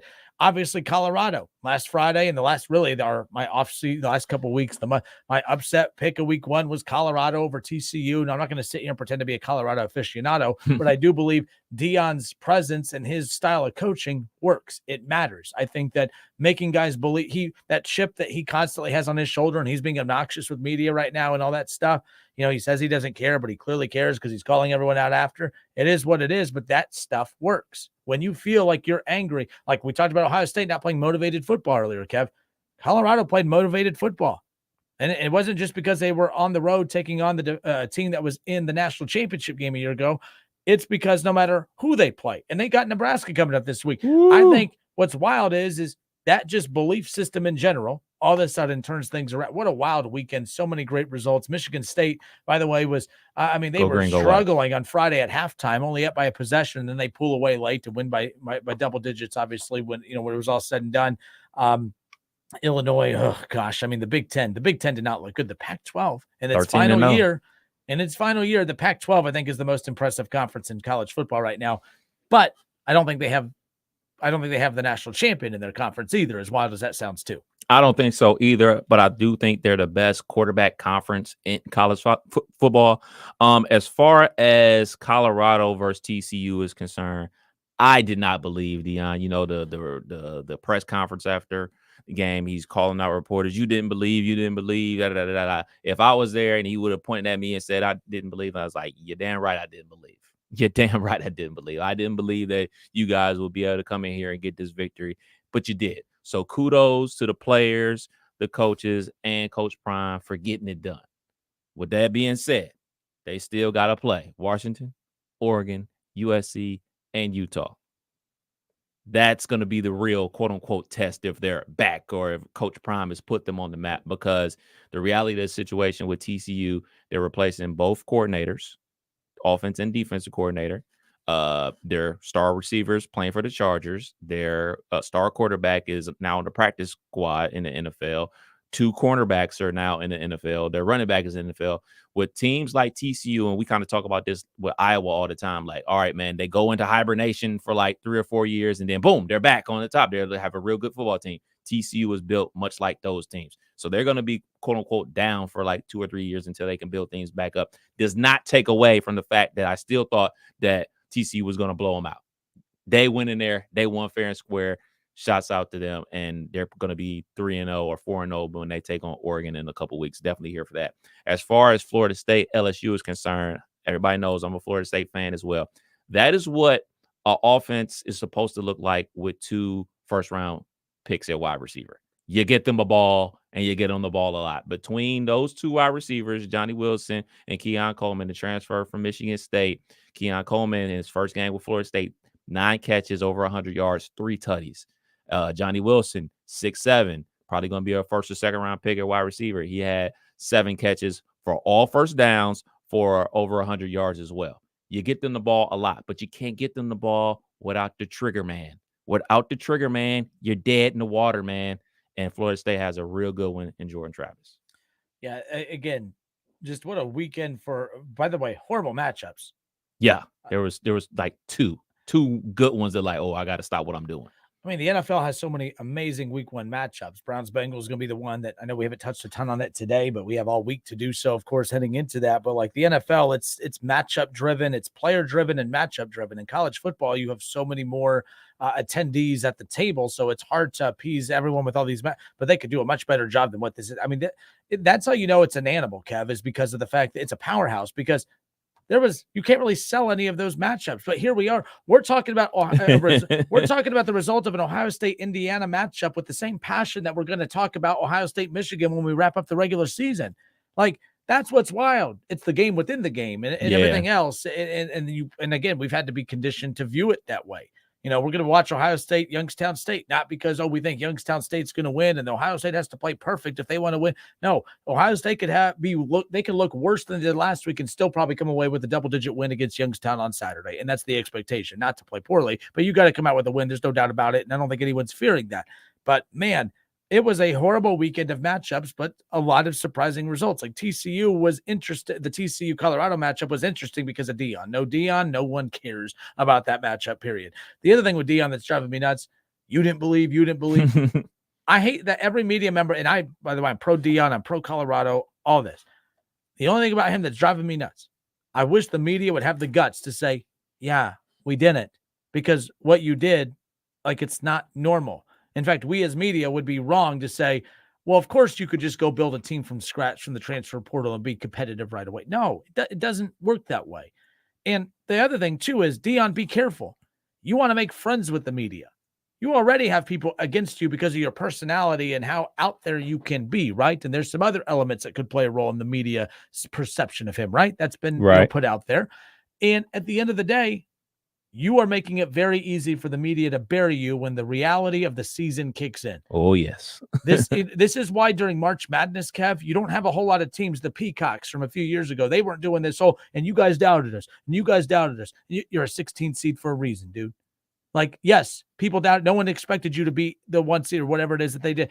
That's good. That's why, Deion, you got to be careful. It was a great win. It sounds good. It looks good, all this stuff. But what you said, Kev, I think that they're overhyping the fact that TCU was in the national championship game last year. Yeah, that's not TCU's team from last year, dude.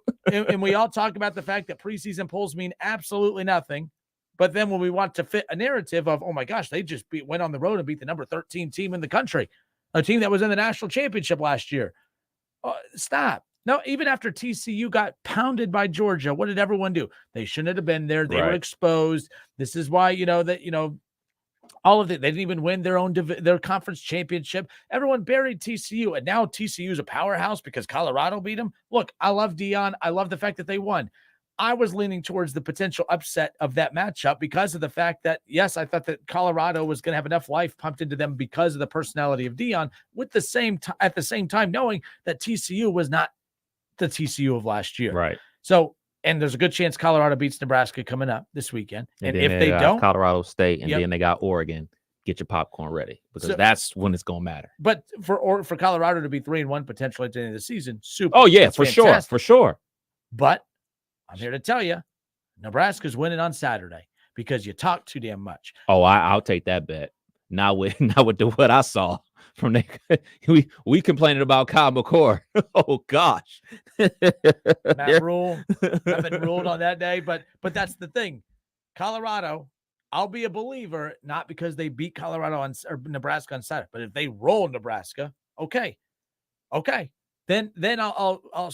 But I do think, Deion, this is where the inexperience in him is coming into play, where some coaches, you come off a big win like that, okay, it's a big win, but you can't talk too much into it because then your players get. Now, maybe this is where I become wrong, like most media has, or maybe Deion's just different to the point to where we can't judge him or perceive him or analyze him and his teams the way we do everyone else, because there is no other coach like him. Right. There is no other coach that has the swag and the confidence, not arrogance. Everyone says it's arrogance. It's confidence, because Deion was like that as a player. You can't sit there and say it was confidence as a player and say it's arrogance as a coach. No, he is the exact same person as a coach that he was as a player.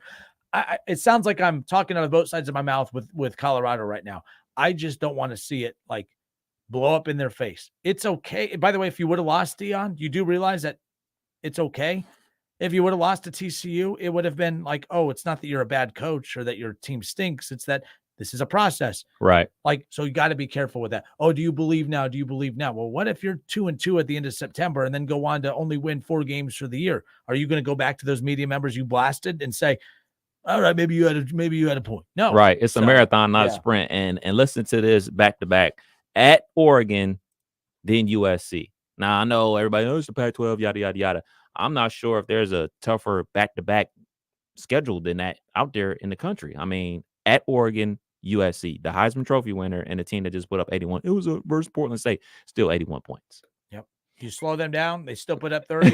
Exactly. It's a one-possession game at the end. And I still want to touch on this real quick because we were talking about Ohio State and defense and everything like that. So last year, Ohio State put up 54 points against Iowa, the number 6 ranked defense in the nation. They averaged giving up 14 points a game. We gave them 54 points. We won that game, by the way. Then Michigan, they were the number 5 ranked defense in the country last year. They only averaged giving up 13.5 points a game. We only put up 23 points. We lost to them for the second year in a row, unfortunately. And then Georgia, technically the number 2 defense in the country. They gave up 12.8 points a game. We put up 41. It's about scoring points. Have an average defense, you win the national championship. And Ohio State was right there to do that last year. And offensively this year, I don't care how good this defense is. The way the game is set up nowadays, you can have the best defense like Georgia did and still give up 41 points, like Iowa did and still give up 54 points. You got to have at least an average defense, but you got to have a high-powered offense. And right now, the Buckeyes don't have that. Rankings came out already. No surprise, obviously. I mean, that's how this works. But updated rankings, Kev, as we currently sit here right now, Colorado has cracked the top 25. Rightfully so. Once about overreaction Monday, I mean, we're going to sit there and say, see, TCU's not very good, but you beat them, and now you're a top 25 team. Look, this is the thing. These rankings mean nothing. I agree. But these are the top 25 storyline rankings. Like, this is what this means, because TCU probably wasn't the 13th best team in the country. Right. Colorado maybe isn't as bad as what we thought, but I don't think they're top 25 worthy. But because they were the talking point coming out, you feel like you kind of have to give it to them. And hopefully they take that and run with it. They are a 3.5-point favorite at home against a bad Nebraska team on Saturday. That's why I'm taking Nebraska, because they talk in the points or the straight up win. I don't have that in front. I exited out of that. I was just looking at this real quick for the. I'll pull that up before you can pull it up. Second. That's fine. So here's the top 25: Georgia, Michigan, Alabama, and your Florida State Seminoles move up 3 or 4 spots to number 4. Not bad. Ohio State, they dropped 2 spots to number 5. USC's at 6, Penn State 7, Washington 8, Tennessee 9. Keep an eye on Tennessee. Not just saying this because one of my best friends is a big Tennessee fan, but I like the way Tennessee looked. I know there were some stalled drives here and there, but you're playing Virginia, so you're gonna, you know what I mean. You're playing an opponent that's going to give you a little bit more resistance than most teams who are playing Western Carolina or whatever, right? So I like Tennessee. Notre Dame at 10. I'm surprised, Kev. I can't believe I'm saying this. I usually think everyone's overhyping Notre Dame. I think Notre Dame should be closer. I think Notre Dame right now, I'd put them ahead of Ohio State. I think Notre Dame should be number 5. They look good. They look good. And because they have the quarterback. Usually we overreact to teams with a good quarterback. I'm very surprised, Kev, that they don't have them ranked higher. I really am. Yeah, I mean, the Sam Hartman story is really starting to get out there. I'm aware of him because I'm a college football maniac and I watch Wake Forest football, for goodness sake. I need to get a life. But I've known how good he's been, and I mean, he's in his 6th year, and that's another thing about college football today, or at least this cycle. Guys like a Sam Hartman, like a Michael Penix Jr., like a Jordan Travis, those guys are 6-year seniors because of the COVID situation.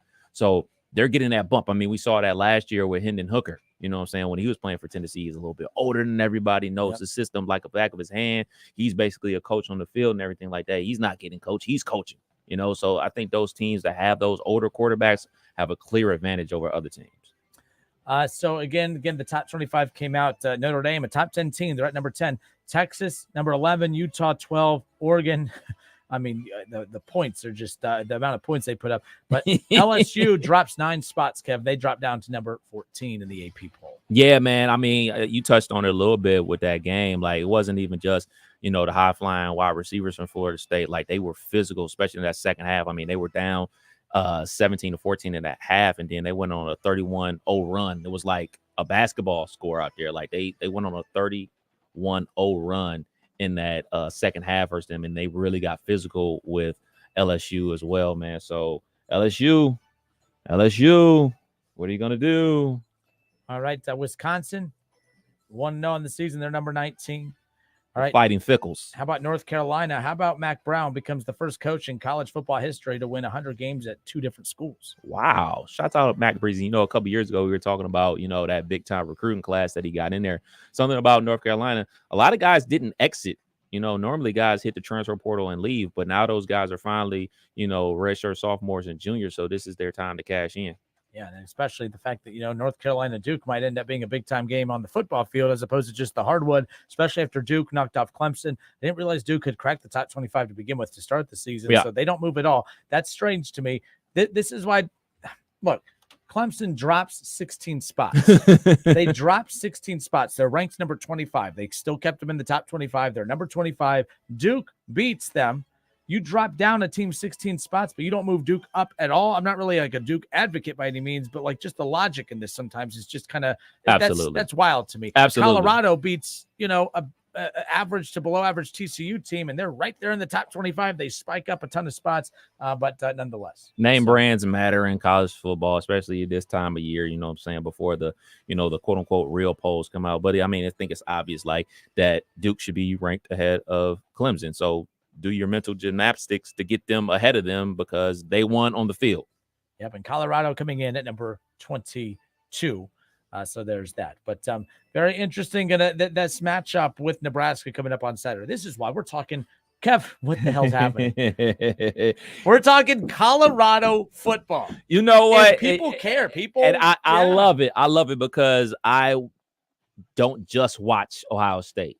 I watch it all. I watch it all. I don't think any of us will be if that Kyle McCord keeps continue.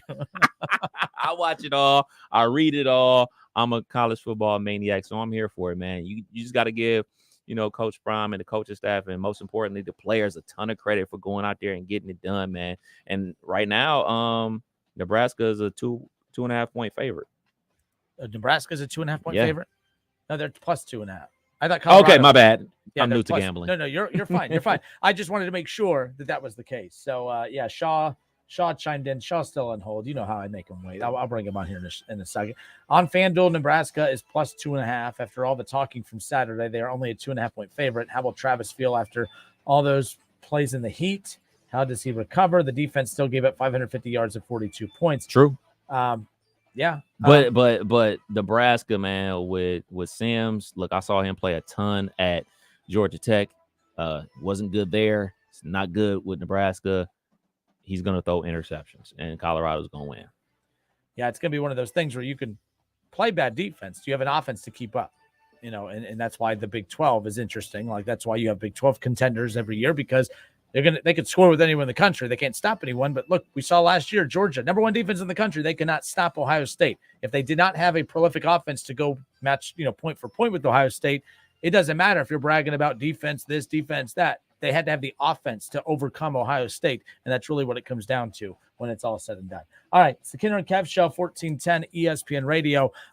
Look, I don't want to I think the most impressive game of the weekend was twofold. The biggest win of the weekend was Florida State, which we're going to talk about coming back.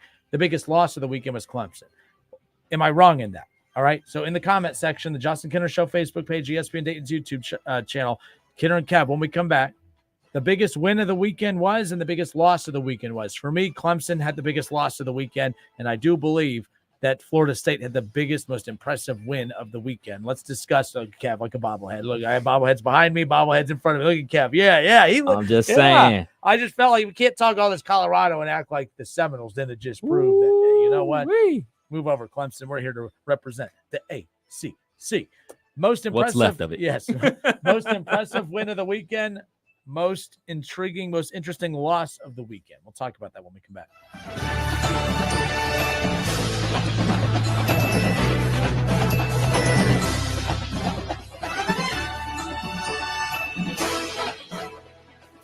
It's the Justin Kinner Show with Kev Nash on 1410 ESPN Radio. ESPN 1410 Wing AM weather. The forecast says partly cloudy, 72 tonight. Slight chance of thunderstorms and 88 for Wednesday. And then Thursday, sunshine and 80. I'm Rick Schrepp for 1410 ESPN Radio. We're going abroad for the first time in years, to Spain. So we started using Babbel. And started learning Spanish fast. With Babbel, you can start having conversations in another language in just 3 weeks. ¿Cómo te llamas? ¿Cómo te llamas? When you learn a language, you want to actually use it. Babbel is designed with that goal in mind. In just 3 weeks, we're starting to have conversations in Spanish. Gracias, Babbel. Babbel, language for life. Now try Babbel for free at Babbel.com. That's BABBEL.com. O'Reilly. Protect your engine against sludge and wear with a synthetic oil change. O'Reilly Auto Parts has 5 quarts of Mobil 1 full synthetic motor oil for $35.95. Plus, get a $5 O reward to use on a future purchase. Our professional parts people can also recommend all the supplies you need for your next oil change. Stop by O'Reilly Auto Parts or visit O'ReillyAuto.com. O'Reilly Auto Parts. Don't put it off any longer. You know it's time. Time for a bathroom upgrade by Bath Creations. Bath Creations is a leader in bathroom renovations, providing the very best value in bath and shower remodeling and proudly made in the USA. With Bath Creations, you get a beautiful modern bathroom that's safe, comfortable, and affordable. Attention first responders, veterans, and active military. Save $500 off your purchase right now. Visit Poe Avenue in Dayton or online at mybathcreations.com and upgrade today. Many Vietnam War veterans were unknowingly exposed to dangerous chemicals impacting their health and quality of life. There are now expanded benefits for veterans exposed to Agent Orange. Veterans with Parkinsonism, bladder cancer, or hypothyroidism who previously applied for VA disability compensation but were denied should reapply and might be eligible for retroactive compensation. Exposed veterans who have not yet applied should consider filing a new claim. For assistance, call Montgomery County Veterans Service Commission at 937-225-4801. $5,000 sign-on bonus. That's right. My friends at Cordell Transportation are now hiring experienced Class A CDL drivers with excellent work history. If that's you, apply now. Cordell Transportation offers home daily dedicated lanes, no-touch freight, and brand new equipment, plus a $5,000 sign-on bonus paid over 18 months, paid orientation, and company 401k with company match. Apply online at CordellTransportation.com. Cordell Transportation, driven to succeed. Hey Dayton, it's true. Chevrolet of Troy has the absolute lowest prices. We beat anyone's price with thousands off MSRP. Save up to $10,000 off brand new Chevys in stock. We've got the best selection in the region with over 300 vehicles. We always accept employee supplier pricing and make financing a breeze. Remember, customer service is our top priority. We care about you. A full service, state-of-the-art dealership makes Chevrolet of Troy your best choice. 1375 South Market Street and online at ChevroletofTroy.com. This is an auction you will not want to miss. It's going to be incredible. It's A. Brown & Sons Nursery's annual stock reduction auction of high-quality nursery stock. Save hundreds, even thousands of dollars. The auction starts promptly at 7:19 a.m. this Saturday. Feel free to come out and jump in to bid anytime during the day. 4 auction rings run all day long. Brown's has a huge inventory of shade trees, shrubs, evergreens, ornamentals, and perennials up for auction. Brown's Nursery is easy to find. Just a half-mile north of Phillipsburg on State Route 49. Just 4 miles north of I-70, exit 24. Plan now to fill your entire landscaping needs at a huge savings that can't be matched anywhere. Visit brownsnursery.com and click on the auction link at the top of the homepage for all the details. It's the annual stock reduction auction this Saturday at Brown's Nursery, promptly at 7:19 a.m., rain or shine. So tell all your friends and your neighbors. Delivery will be available this Saturday in Phillipsburg. Don't miss out. Polking Bowling Centers are your connection for family fun or a great night out with friends. Looking for something to do this fall? It's not too late to join a fun fall league, adult, youth, or mixed. Polking Bowling Centers has a fun program just for you, providing a safe and sanitized bowling environment. Visit polkingbowling.com or Facebook for the list of fall programs. Let the good times roll at Polking Lanes in Dayton on Wilmington Avenue, Polking Woodman Lanes in Kettering on Woodman Drive, and Polking Lane South in Centerville on Kingsridge Drive. Skid Row and Buckcherry together. The Gang's All Here Tour. Skid Row, Buckcherry, September 6th at Rose Music Center at the Heights. Tickets on sale now at Ticketmaster.com and RoseMusicCenter.com. Skid Row, Buckcherry, the Gang's All Here Tour. In this market, you'll find Fisher Investments is different than other money managers. Different how? Aren't we all just looking for the hottest stocks? Nope. We use diversified strategies to position our clients' portfolios for their long-term goals. You don't just provide cookie-cutter portfolios? No. We tailor our clients' portfolios to their goals and needs. But you still sell investments that generate high commissions for you, right? No, we don't sell commission-based products. We're a fiduciary, the highest standard of care for a financial advisor. It means we're obligated to act in our client's best interest. So when do you make more money? Only when your clients make more money? Yep, we have one transparent management fee structured so we do better when our clients do better. Sounds like you really look out for your clients. We do, because our priority is helping them achieve a comfortable retirement. That might be why most of our clients come from other money managers. Visit FisherInvestments.com to find out why investors like you switch to us.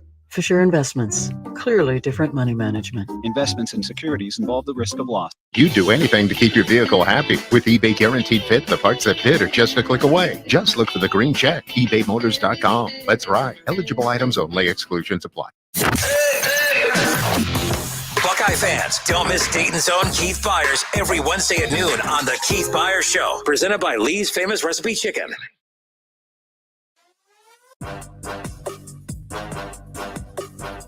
Justin Kinner, Kev Nash back with you here on 1410 ESPN Radio. Week 1 of the college football season is in the books, and I know Ohio State will not play a role in this next segment at all. Don't turn your, don't turn the station off by any means, but I think you'll understand why. Kev, the most impressive win and the most, I guess not impressive loss, but the biggest win of the weekend and the biggest loss of the weekend. I think it's safe to say that right now I've been not a defender of Dabo Swinney and Clemson at all, but I've been like, okay, let's give him a little bit of benefit of the doubt. He's created 2 monsters with 2 different quarterbacks, 2 different recruiting classes. It's not like it was just Trevor Lawrence and that was it. He created a monster with Deshaun Watson and the Clemson team back in the day. Then to lose him and to go right into Trevor Lawrence and not miss a beat, and to beat Alabama, to beat Ohio State. I mean, they were beating the powers. They weren't winning because some of the traditional powers were down. He was winning in spite of those guys being up. I mean, that was still the Urban / Ryan Day run when everything was top tier. So, I think the worst loss of the week was Duke. You don't lose to Duke. I don't care. That would be like if Ohio State lost to Indiana. That would be the equivalent. Like Duke has some competitive guys out there. They have, they're not just the guys with pulses. Like they're legitimate dudes. But you're Clemson. You should win. Indiana, enough resistance to make Ohio State earn it. But at the same time, it's Ohio State. And you saw a bad performance by Ohio State still led to a 20-point win on the road. Clemson losing, to me, that was the biggest loss of the weekend. What say you? Man, that's tough. I guess you got to go with that one because, everybody thought that this was going to be the bounce back year for Clemson. The quarterback, K. Klubnik, is going to be this new starting quarterback. DJ was the problem with Clemson. He transfers out to Oregon State. Balls has 5 touchdowns for Oregon State, by the way. Wow, I didn't realize that. So he goes out there. They get the new quarterback. They go ahead and get TCU's offensive coordinator. It's like, hey, man, TCU was scoring a ton of points. We'll get him to fix our offense.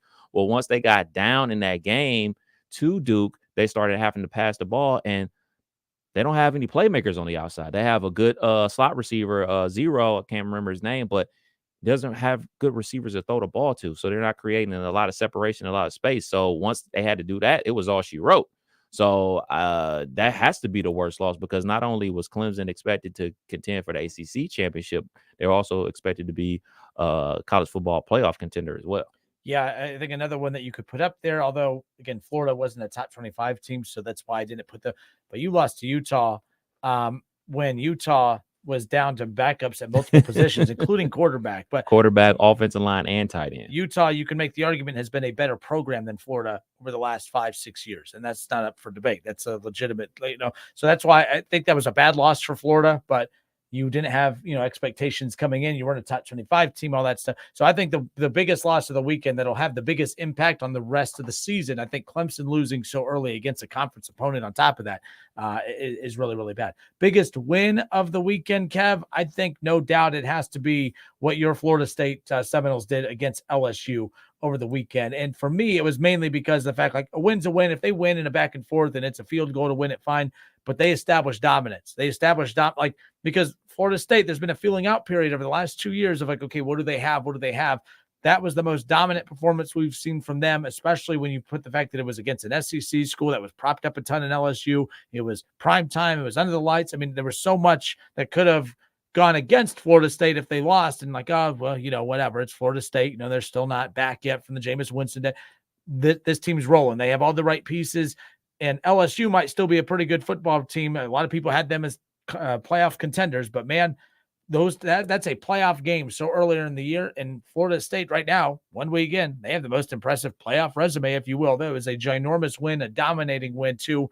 Good for Florida State. What a performance. I think Huge that's the biggest win. Yeah, I agree 1,000,000%. I mean, just look at the caliber of the opponent. You know what I'm saying? Even if LSU has a quote-unquote down year, they're still, LSU from name brand recognition. They still play in the SEC West, so that's going to get you brownie points as well. So, you know what I'm saying? With Clemson losing, Florida State has them in like 2 weeks. So like that loss, they had to get this win. Like, you know what I'm saying? Because if they beat Clemson after they lose to Duke, like it's not going to have that shine that it once could have if Clemson was undefeated. So, you know, Florida State, the way they bookended their schedule these last couple of years with a SEC opponent and LSU and Florida the back end of the season, those are good looks. I mean, Florida may not be as good as they once were, but they're still a name brand opponent. You know what I'm saying? They're not ending their season versus backyard state or anything like that. So those are going to be vital opportunities for Florida State. But I did want to piggyback on something you said about Utah.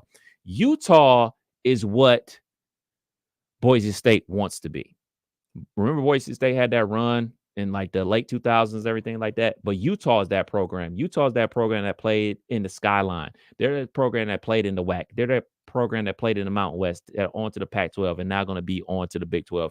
Utah has consistently won over a change of coaches, started with Urban Meyer, and now they're still winning big-time football games. You know, you talked about it last week, like Utah's kind of going to kick themselves for not being able to capitalize on, you know, the Pac-12 and USC being quote-unquote down.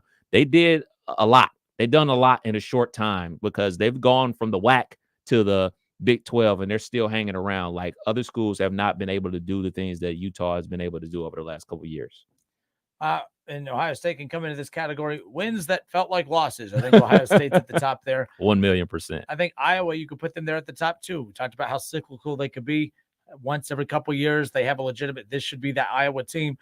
I mean, that offense was kind of ironic. Ferentz, the son, the offensive coordinator, was basically they put so many restrictions. Like if they don't at least average 25 points per game on the season, like he's gonna be like go and all this. And I find it very ironic against Utah State that they put 24, just exactly 1 point below.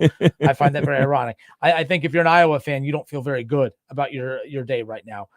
Purdue losing to Fresno State. Now Fresno's been one of them weird teams that you talk about at the end of the year. You're like, why are they got a good quarterback? But Purdue, I don't care. You don't lose to Fresno State. But, you know, Illinois holding on for dear life at home to beat Toledo. And that's another example out of the Big Ten of a win that felt like a loss. Kev, your thoughts on that one? Again, Illinois been having some good seasons the last couple of years, not like up to elite level, but I mean, more than what we're accustomed to from the perception of Illinois. 30-28, the final. They held on for dear life. Like I said, good for Toledo. Keep an eye on the Rockets out of the MAC because, man, that's tough to do. I don't care if it's the worst Big Ten team. That's tough to do. The talent gap is still there. And you know, Bielema, he's out there coaching now, you know what I'm saying? That grounded pound style that he tried to bring to the SEC where Arkansas didn't work out from him there. It obviously worked out for him well up there in Wisconsin. Now he's bringing it to Illinois. They were solid last year. But I just think, you know, those MAC schools, they always get somebody. Is it going to be your team? Because they're going to get either Iowa, they're going to get, you know, maybe they'll get Illinois. Maybe they'll grab and jump up there and bite Northwestern or something like that. But those MAC schools always seem to bite some Big Ten opponent. All right. It's the Kinder and Kev Show right here on 1410 ESPN Radio. Wisconsin, the Fighting Luke Fickles, 38-17. They had the win over Buffalo. Just your kind of takeaways on that initially because, you know, we're kind of curious. You know, the quarterback and Mordecai, the quarterback, 24-31, 189 yards, a touchdown, and 2 interceptions. Obviously, it was the run game. You had two backs that had 140 or more. If that's the identity of Wisconsin, typical Big Ten football, that's typical Wisconsin. Obviously, if you're Luke Fickell, you want a more balanced attack. But the run is going to be their identity. They're the number 19 team in the country with the updated rankings that came out. They're at Washington State this weekend. But you know, their schedule is favorable. They could be maybe at the very worst, they could be undefeated heading in to that Ohio State matchup coming up on October 20 coming up. But you know, at the end of October, I like Wisconsin's chances to be undefeated heading into that matchup with Ohio State. I know Iowa might be the toughest opponent they have before that matchup. That's going to be a knockout type of game, you know. So for what they're doing at Wisconsin now, they're still relying heavily on the run, but it's not like, hey, man, let's fight in a phone booth. They're really spreading things out and giving those running backs space to work with. And, you know, we're going to see how that offense progresses because I'm not sure they have the weapons on the outside to really push the ball down the field, but they got 2 running backs for sure and a big offensive line. Anybody want to transfer to Ohio State that plays on the offensive line? We'll gladly take you. Kinder and Kev, 1410 ESPN Radio. No kidding. We'll be right back. They are hard to find.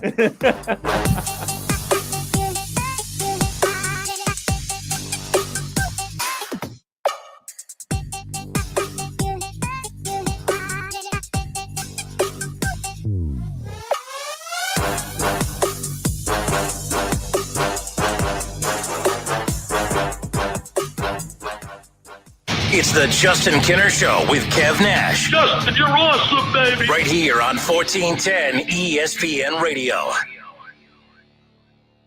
Tired of hearing scary radio ads about the IRS? Tax Relief Advocates is different. TRA is here to tell you that if you owe money to the IRS, whether it's $5,000 or $500,000, we have a solution. TRA can eliminate or reduce what you owe to the IRS with zero risk to you. If we can't reduce your tax debt, then you pay nothing. We have a 5-star rating on Google and Yelp and an A+ with a BBB. End your tax nightmare today by visiting TRA.com or call 800-583-6681. That's 800-583-6681.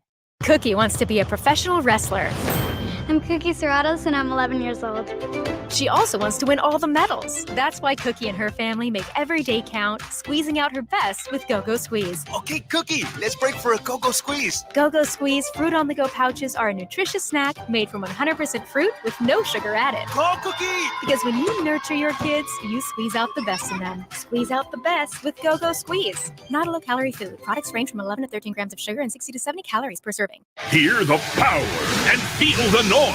NTDA Championship Bowling's All-Star Invitational is back. The 36th annual Enderley Pull-Off, presented by Cowtails, returns to the Champaign County Fairgrounds in Urbana, Saturday, September 16th at 5 p.m. One huge session of bowling on 2 tracks, 23 divisions. 108 competitors qualify. Tractors, trucks, minis, and semis will all be there. NTDA's best of the best from both the NTDA regional and Grand National circuits, vying for their share of over $106,000. Open pin area to see these incredible machines up close. AllStarPoll.com has all the details. Purchase discount tickets for $22, which saves $5 off day of show admission. Ticket outlets include local O'Reilly Auto Parts store locations, Farmers Equipment in Urbana, Farmer's Daughter Restaurant in Urbana, and Dave Cale Chevrolet in Mechanicsburg. Children under 10 are free. The Enderley Pull-Off, Saturday, September 16th at the Champaign County Fairgrounds, Urbana. NTPA season finale. Go to allstarpoll.com for more.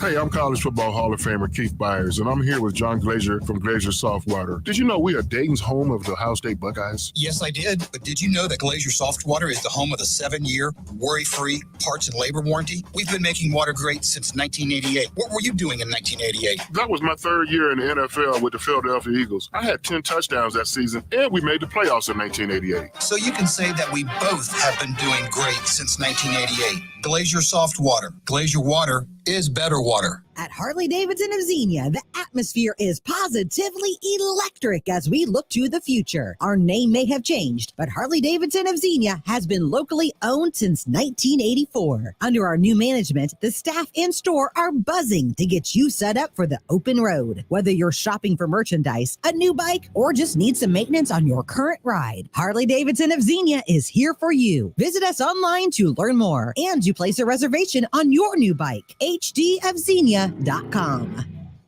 Straight from Texas, Texas Tea Stock Show Secrets and Flex Appeal. Get those animals started on the right hoof. Only available at Homestead Feed and Supply, 1833 North Dayton Lakeview Road, New Carlisle. Tell them the Colonel sent you. Hey, it's Kev Nash. The best Thursday of the year is coming. That's right. It's all about the NFL opening night. I am so pumped up that the NFL is back. And DraftKings Sportsbook, an official sports betting partner of the NFL, is hooking new customers up with a can't-miss offer to celebrate. Place your first $5 NFL bet and score $200 in bonus bets instantly when you bet just $5 on any NFL game. DraftKings is hooking everyone up with game day greatness. All customers can take advantage of 2 new offers every single game day this September. Check out the app and see what you get. Download now and use code WING1410 to sign up. New customers can take home $200 in bonus bets instantly just for betting $5. That's code WING1410 only on DraftKings Sportsbook, an official sports betting partner of the NFL. The crown is yours. 21 and up. Gambling problem? Call 1-800-GAMBLER. Physically present in Ohio. Bonus bets expire 7 days after issuance. Eligibility and deposit restrictions apply. Terms at sportsbook.draftkings.com/football terms. The NFL is here, and it's all about the sweet offers from DraftKings Sportsbook, an official sports betting partner of the NFL. New customers can pocket $200 in bonus bets instantly when you bet just $5 on any NFL game. DraftKings Sportsbook. The crown is yours. Download the DraftKings Sportsbook app now and use code SNAP to sign up. New customers can take home $200 in bonus bets instantly just for betting $5. That's code SNAP only on DraftKings Sportsbook. Gambling problem? Call 1-800-GAMBLER or visit www.1800gambler.net. In New York, call 877-8-HOPE-NY or text HOPE-NY 467-369. In Connecticut, help is available for problem gambling. Call 888-789-7777 or visit ccpg.org. Please play responsibly on behalf of Boot Hill Casino and Resort, Kansas. 21 plus age varies by jurisdiction. Void in Ontario. See dkng.co/football for eligibility, terms, and responsible gaming resources. Bonus bets expire 7 days after issuance. Eligibility and deposit restrictions apply. If you need new roofing, siding, or gutters, skylights, or patio enclosures, if you're a homeowner or business and need someone you can trust, don't take a chance. Enhance with Lance. Lance Roofing and Siding in Fairborn has been satisfying customers since 1993 and hold an A+ rating with the Better Business Bureau. Lance Roofing and Siding, 8460 Dayton Springfield Road in Fairborn. Call for a free estimate at 864-2722. That's 864-2722 or online at lanceroofing.com. Shop Labor Day savings at Lowe's. Spruce up your home for fall with savings on a paint refresh. Lowe's knows home improvement. If you're a sports fan in the Miami Valley, make sure you subscribe to Dayton's ESPN Radio YouTube channel. Buckeyes, Browns, Bengals, local high school sports, Dayton Flyers, Wright State Raiders, and more. Search ESPN Dayton on YouTube and subscribe today.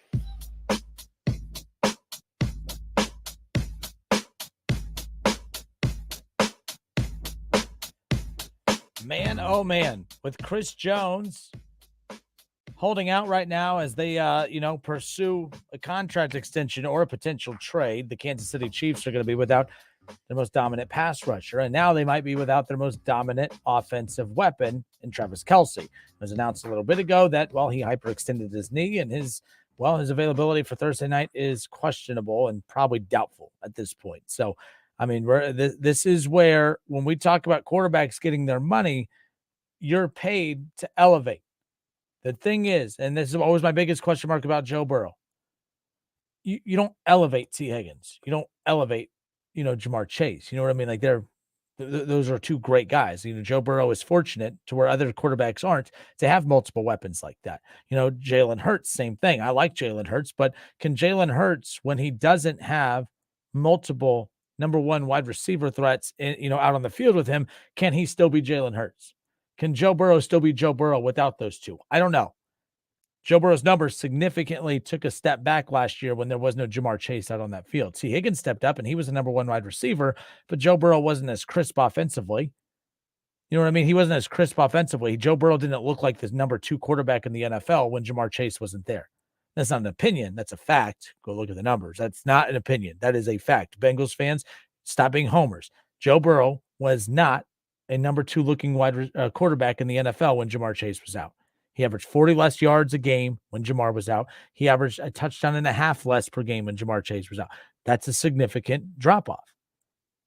Patrick Mahomes, he loses Tyreek Hill, and his numbers somehow got better the next year, with his number one wide receiver being Juju Smith-Schuster.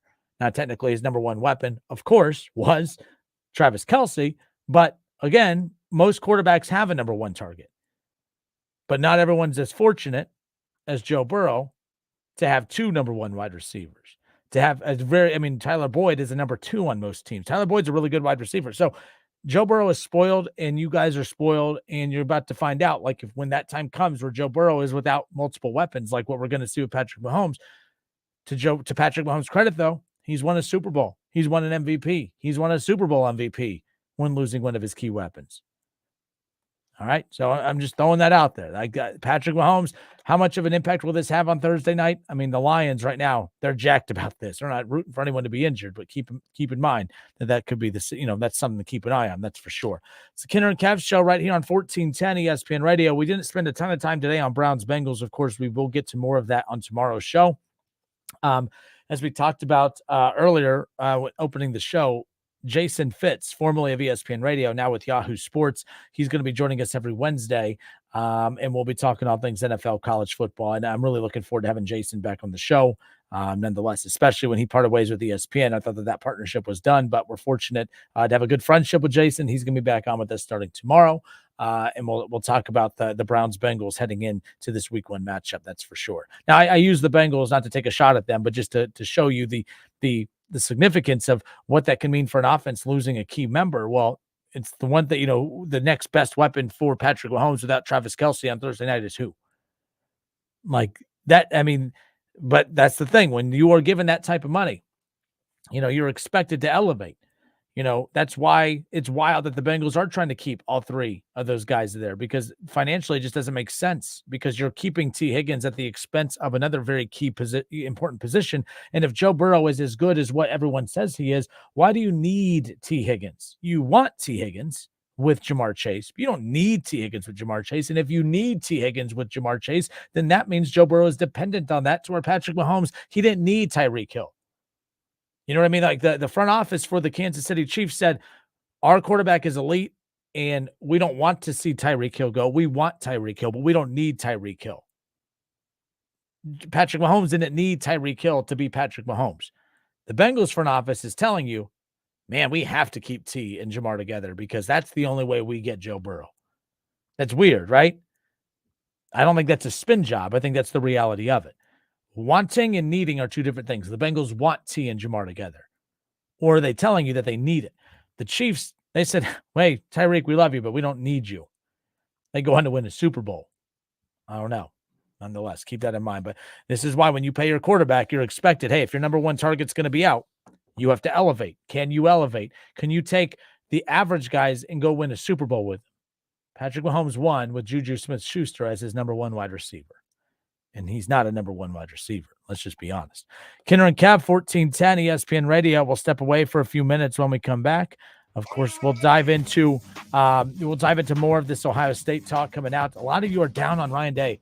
Blaming Ryan Day for everything. Ryan Day's to blame. Get rid of Ryan Day. I don't know. I don't know about that. I don't know if I want to get rid of Ryan Day. I don't think Ryan Day is a problem right now. I think that right now, Ryan Day is why we have so many weapons in Columbus, to the point where we have expectations to compete for the Big Ten title and win a national championship. That's Ryan Day. Anyways, Kenner and Cap, 1410 Wing AM.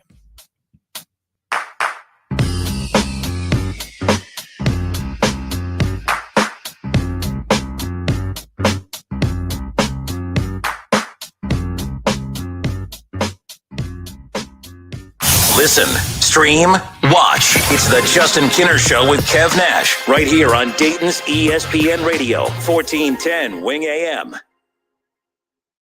I don't have time for a cold. Honey. Honey? You need DayQuil